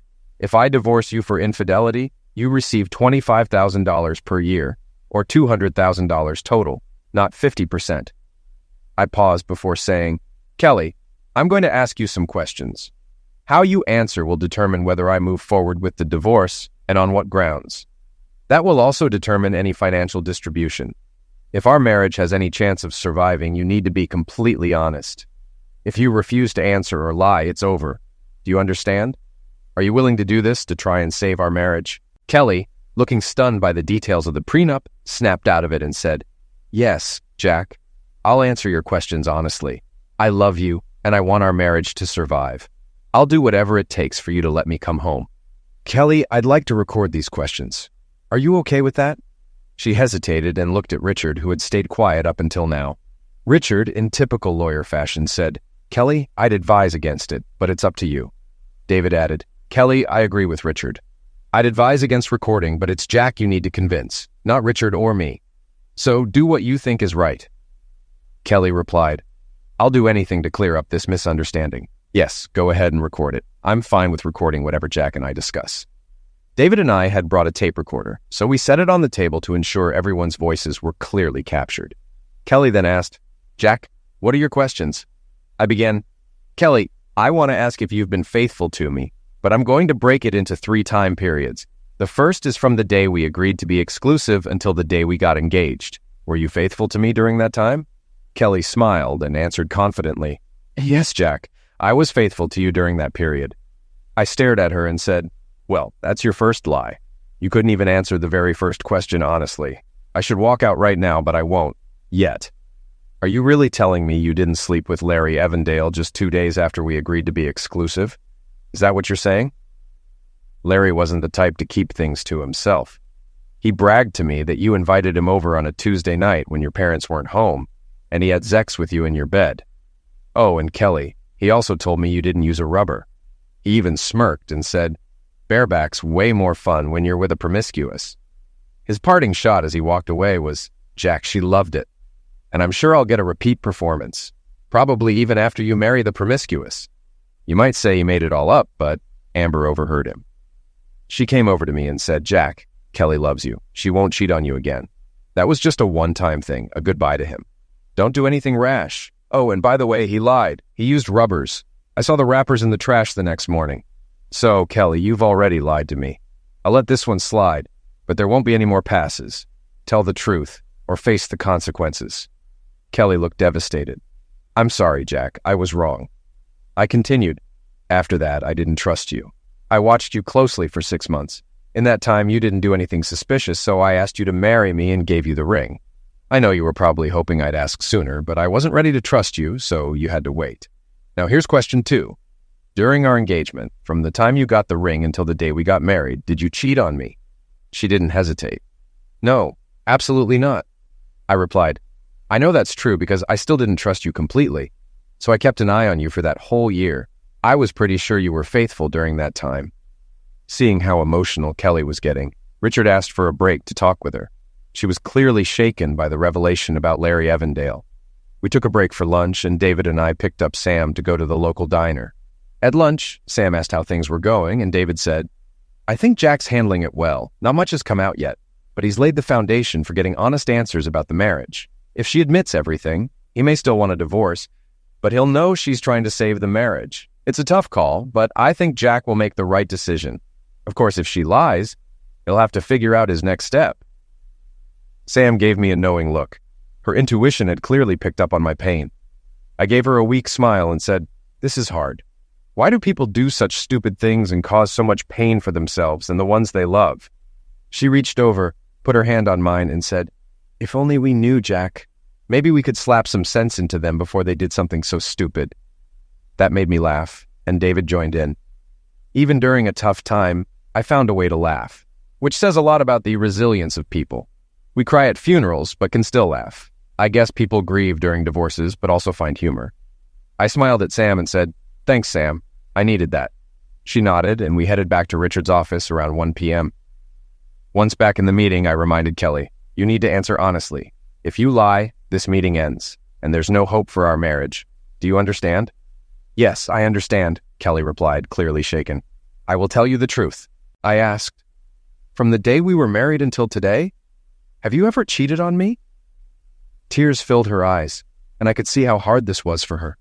But I couldn't let her off the hook. I needed her to be honest, to prove she cared enough about our marriage to come clean. I wasn't sure if I could stop the divorce, but if she told the whole truth, I'd know she was trying. Yes, Jack, she said quietly, tears falling. I did cheat on you. She then dropped her head onto her crossed arms on the table and sobbed. I'm so sorry, Jack. Can you ever forgive me? I asked Richard and David to leave the room because I had more questions for Kelly and didn't want to embarrass her in front of them. Both lawyers objected, but I insisted, and Kelly nodded at Richard, signaling that she wanted him to leave too. I already had her confession on tape, which was enough for the divorce proceedings. I didn't want the rest of the conversation recorded, so I turned off the recorder. Kelly, I need you to answer these questions. When, where, who, and why? I asked, doing my best to stay calm. Sniffling, she whispered, Oh, Jack, I'm so sorry. It happened this weekend at Princess Spa. One of the masseurs, Mario, is the one I cheated with. Why? I asked. I don't know exactly, Jack. It was just the passion of the moment. Amber and I were having such a great day, and after dinner we decided to get massages before bed. Mario was my masseuse. I was lying on my stomach, and he started the massage. His hands were soft but strong, and it felt so good. He worked on my arms, shoulders, and back, then moved to my legs and inner thighs, stopping just short of being too close. After that, he started again on my back and shoulders, and I was still tense. I felt him untie my bikini top and pull it down. I have to admit, it felt great, and I didn't stop him. She started crying again. Jack, if I could go back, I never would have let it happen. We wouldn't be in this situation. You have to believe me. As much as it hurt to hear it, I needed her to tell me everything, not because I was curious, but because I needed to see how honest she'd be. Go on, Kelly, tell me the rest, I urged. There's nothing more to tell, she said through her tears. We had sex. She fell silent, and I waited, hoping she would say more. But she just sat there with her head down, sniffling. Eventually, she looked up at me and asked, Jack, is there any chance you'll forgive me? Not wanting this to feel like a court hearing, even though it did, I asked, Kelly, is this the whole truth? Nothing but the truth. She gave me a look I hadn't seen before, a mix of uncertainty and fear, as if she was calculating how much I knew. Finally, she said, Yes, Jack, that's the truth. I'm so sorry. My heart was breaking, but I managed to keep my composure. I got up from the table and called David and Richard back into the room. This meeting is over, I said coldly. Before leaving, I turned to Kelly and said, I'm divorcing you on the grounds of infidelity. The terms of the prenuptial agreement will be enforced. She was shocked and cried out, But why? Jack, I confessed. I'm begging you to forgive me. Please, Jack, I love you. Please forgive me. You lied to me, Kelly. You didn't care enough about our marriage to tell me everything. If you had been completely honest, maybe I could have considered staying. But you didn't even give us a chance. You thought you could get away with just one confession, but you lied. It's over. I turned to leave, but she screamed, "Wait, Jack! I'll tell you everything. Please don't leave me." I spun around and glared at her, my anger and hurt clear. You were warned. You had your chance, but you tried to get away with one confession. You lied. It's over. David caught up with me as I was getting into my car.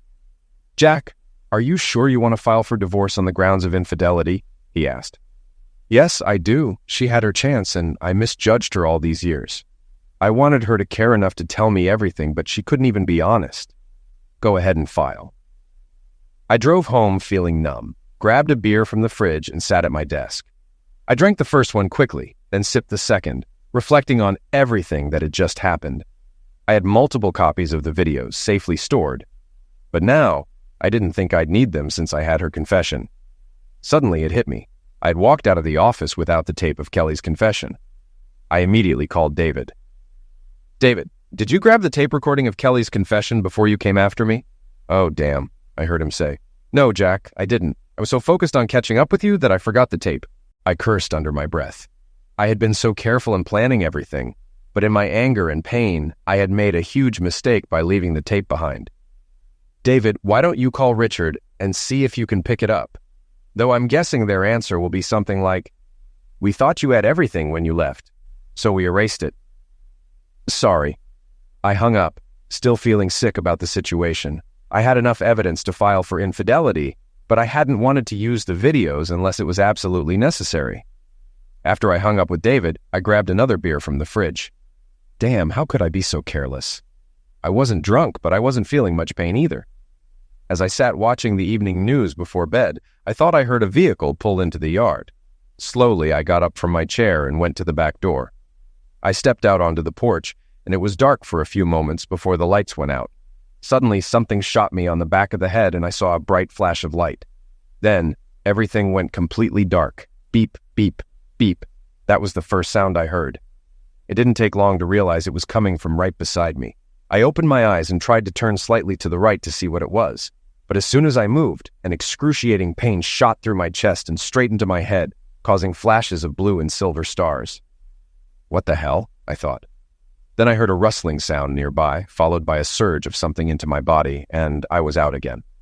The next time I woke up to the beeping, I opened my eyes and looked around, being careful not to move. I'd learned my lesson from the first time. A nurse was sitting in a chair beside me. Hi, Jack. I'm Susan, your nurse. Please don't try to move, okay? You're going to be fine, and I'll explain everything to you. But for now, just stay still. Do you understand? I couldn't speak because something was lodged down my throat, but I nodded slightly to show that I understood. Jack, I need to tell the doctor you're awake. We'll be back soon. I nodded again. It finally clicked that I must be in a hospital, though I had no memory of how I got there. I figured someone would fill me in eventually, so I closed my eyes and waited. Mr. Hagen, Jack, I'm Dr. Julius. You've suffered serious injuries from a striking during a robbery at your home.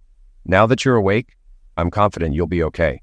We had to restrain you to prevent you from injuring yourself further by moving too much. I'm sure you felt severe pain when you tried to move yesterday, right? A faint smile crossed my face as I nodded. Yes, we should have done more to prevent that. I'm sorry you experienced that pain. He turned to the nurse. Nurse Johnson, I think we can remove the restraints now. But Jack, please don't try to do anything on your own just yet, okay? I nodded again and gestured to the tube in my throat. We'll also remove the ventilator now. Nurse Johnson will handle it. Once they removed the restraints and the ventilator, my throat felt like it was on fire, and I couldn't speak at first. They gave me a small sip of water, and eventually I was able to whisper, though my voice was raspy and painful. Can someone tell me what happened? I croaked. Jack, it's 7 a.m. and you've just regained consciousness and come off the ventilator. Your throat will hurt for a few hours, and we want you to rest. Nurse Johnson will stay with you, and once you're more stable, we'll notify the police that you're able to talk. They'll explain everything that happened. Medically speaking, you've sustained serious injuries, including a concussion, 3 broken ribs, and multiple contusions. One of your ribs punctured a lung, causing it to collapse. but the EMTs got to you in time and were able to revive you. After we repaired your lung, we reinflated it. You're very lucky, Jack. Had you not been found when you were, you likely would have died. To put it bluntly, you were stricken severely. You were unconscious for 5 days. You briefly woke up yesterday, but then passed out again until now. We'll keep a close watch on you for the next few days, but you should be able to go home after that. As promised, I spent the rest of the day resting, with Nurse Johnson by my side. Anytime I moved too quickly, sharp pains shot through my body, so I stayed as still as possible. By the afternoon, I was able to sit up with help and even managed to use the bathroom with assistance. As I spent more time with Susan, we talked, and I learned that she had been 3 years behind me in school. Her maiden name was Susan Fisk, and she had married Chad Johnson. They had a 3-year-old daughter named Emily, but Susan had divorced Chad after finding out he was unfaithful. I told her about Kelly, and she was sympathetic. The next morning, 2 detectives, Harold Robbins and Josh Carter, came to see me. Before they started questioning me, I asked them to explain what had happened to me. Detective Robbins started. It appears to have been a robbery that escalated into an attack. We found a 2x4 on your porch with your hair and blood on it.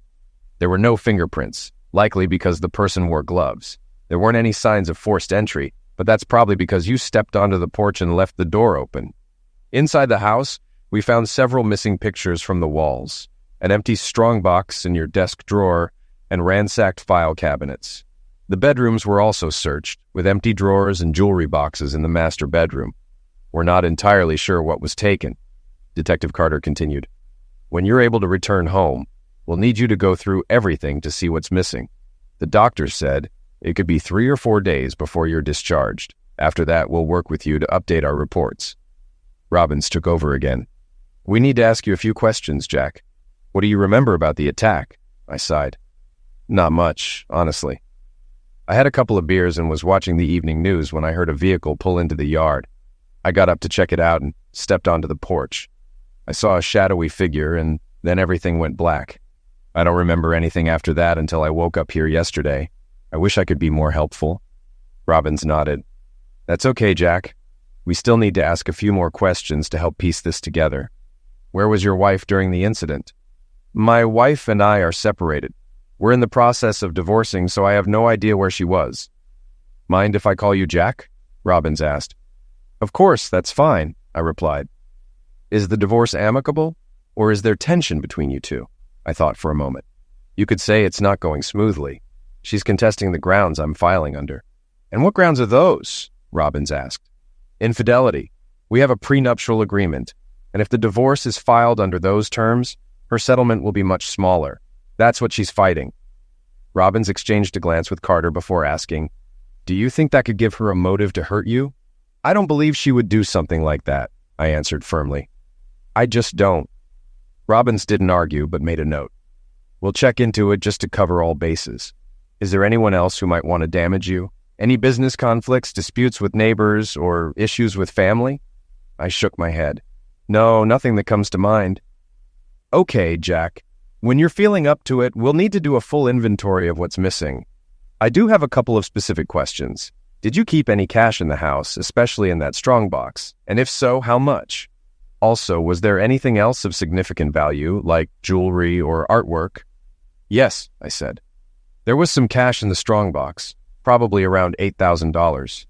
I usually keep about $10,000, but I had spent some recently, so it was a little less. As for jewelry, there were a few pieces worth over $1,000, but I can't think of anything else with significant value. I hesitated before adding, I didn't mention this earlier, but I have a hidden safe behind the bookcase. I'm pretty sure it wasn't found, and I'd prefer to keep it that way if possible.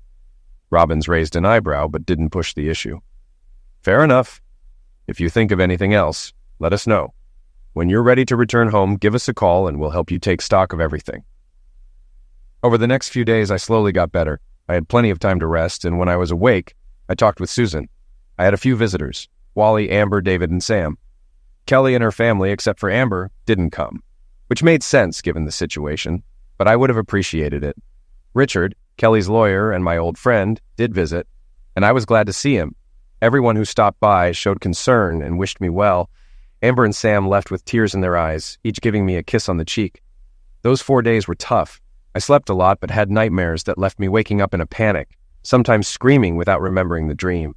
Susan was always there to calm me with kind words and a gentle touch.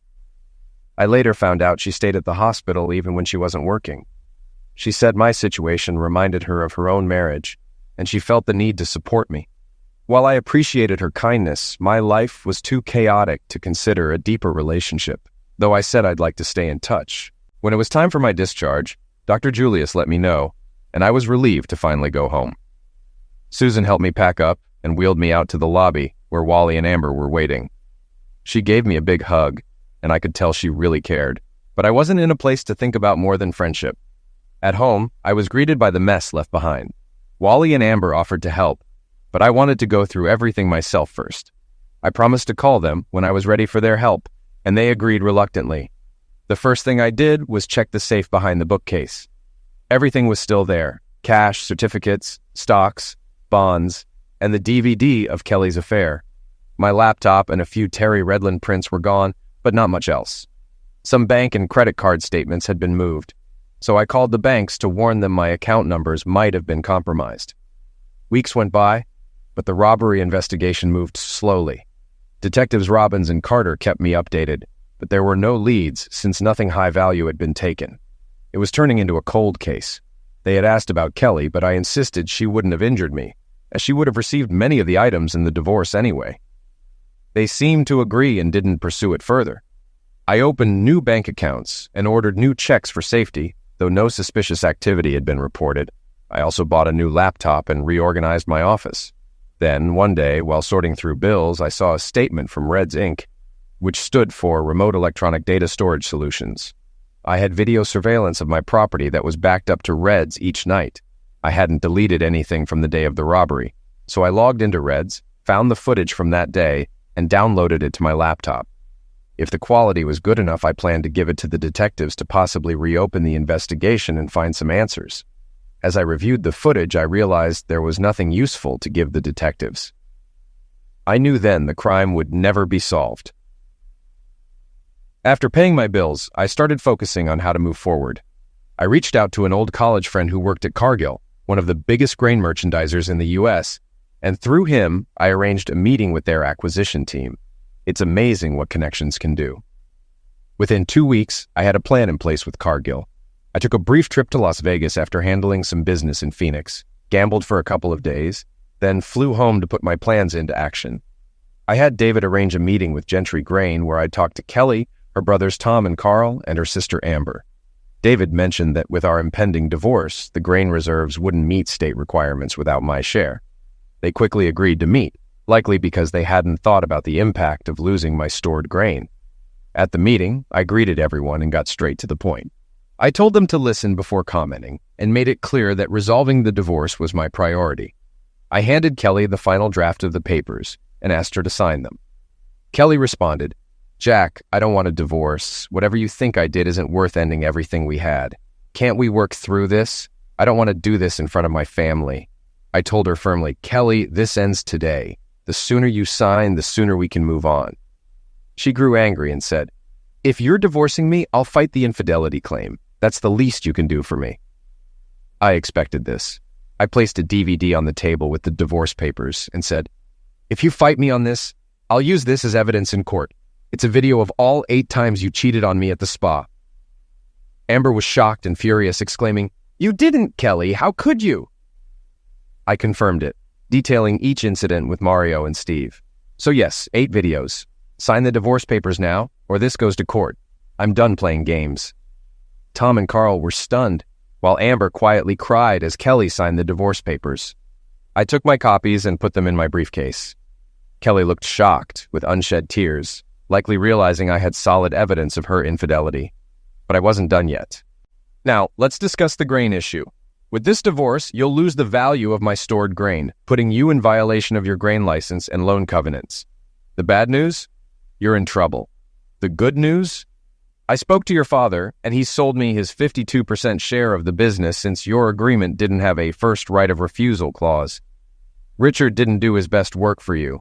I didn't even have to show him the proof of your cheating. He believed me and knew the company would struggle without my grain. So now I'm the majority shareholder.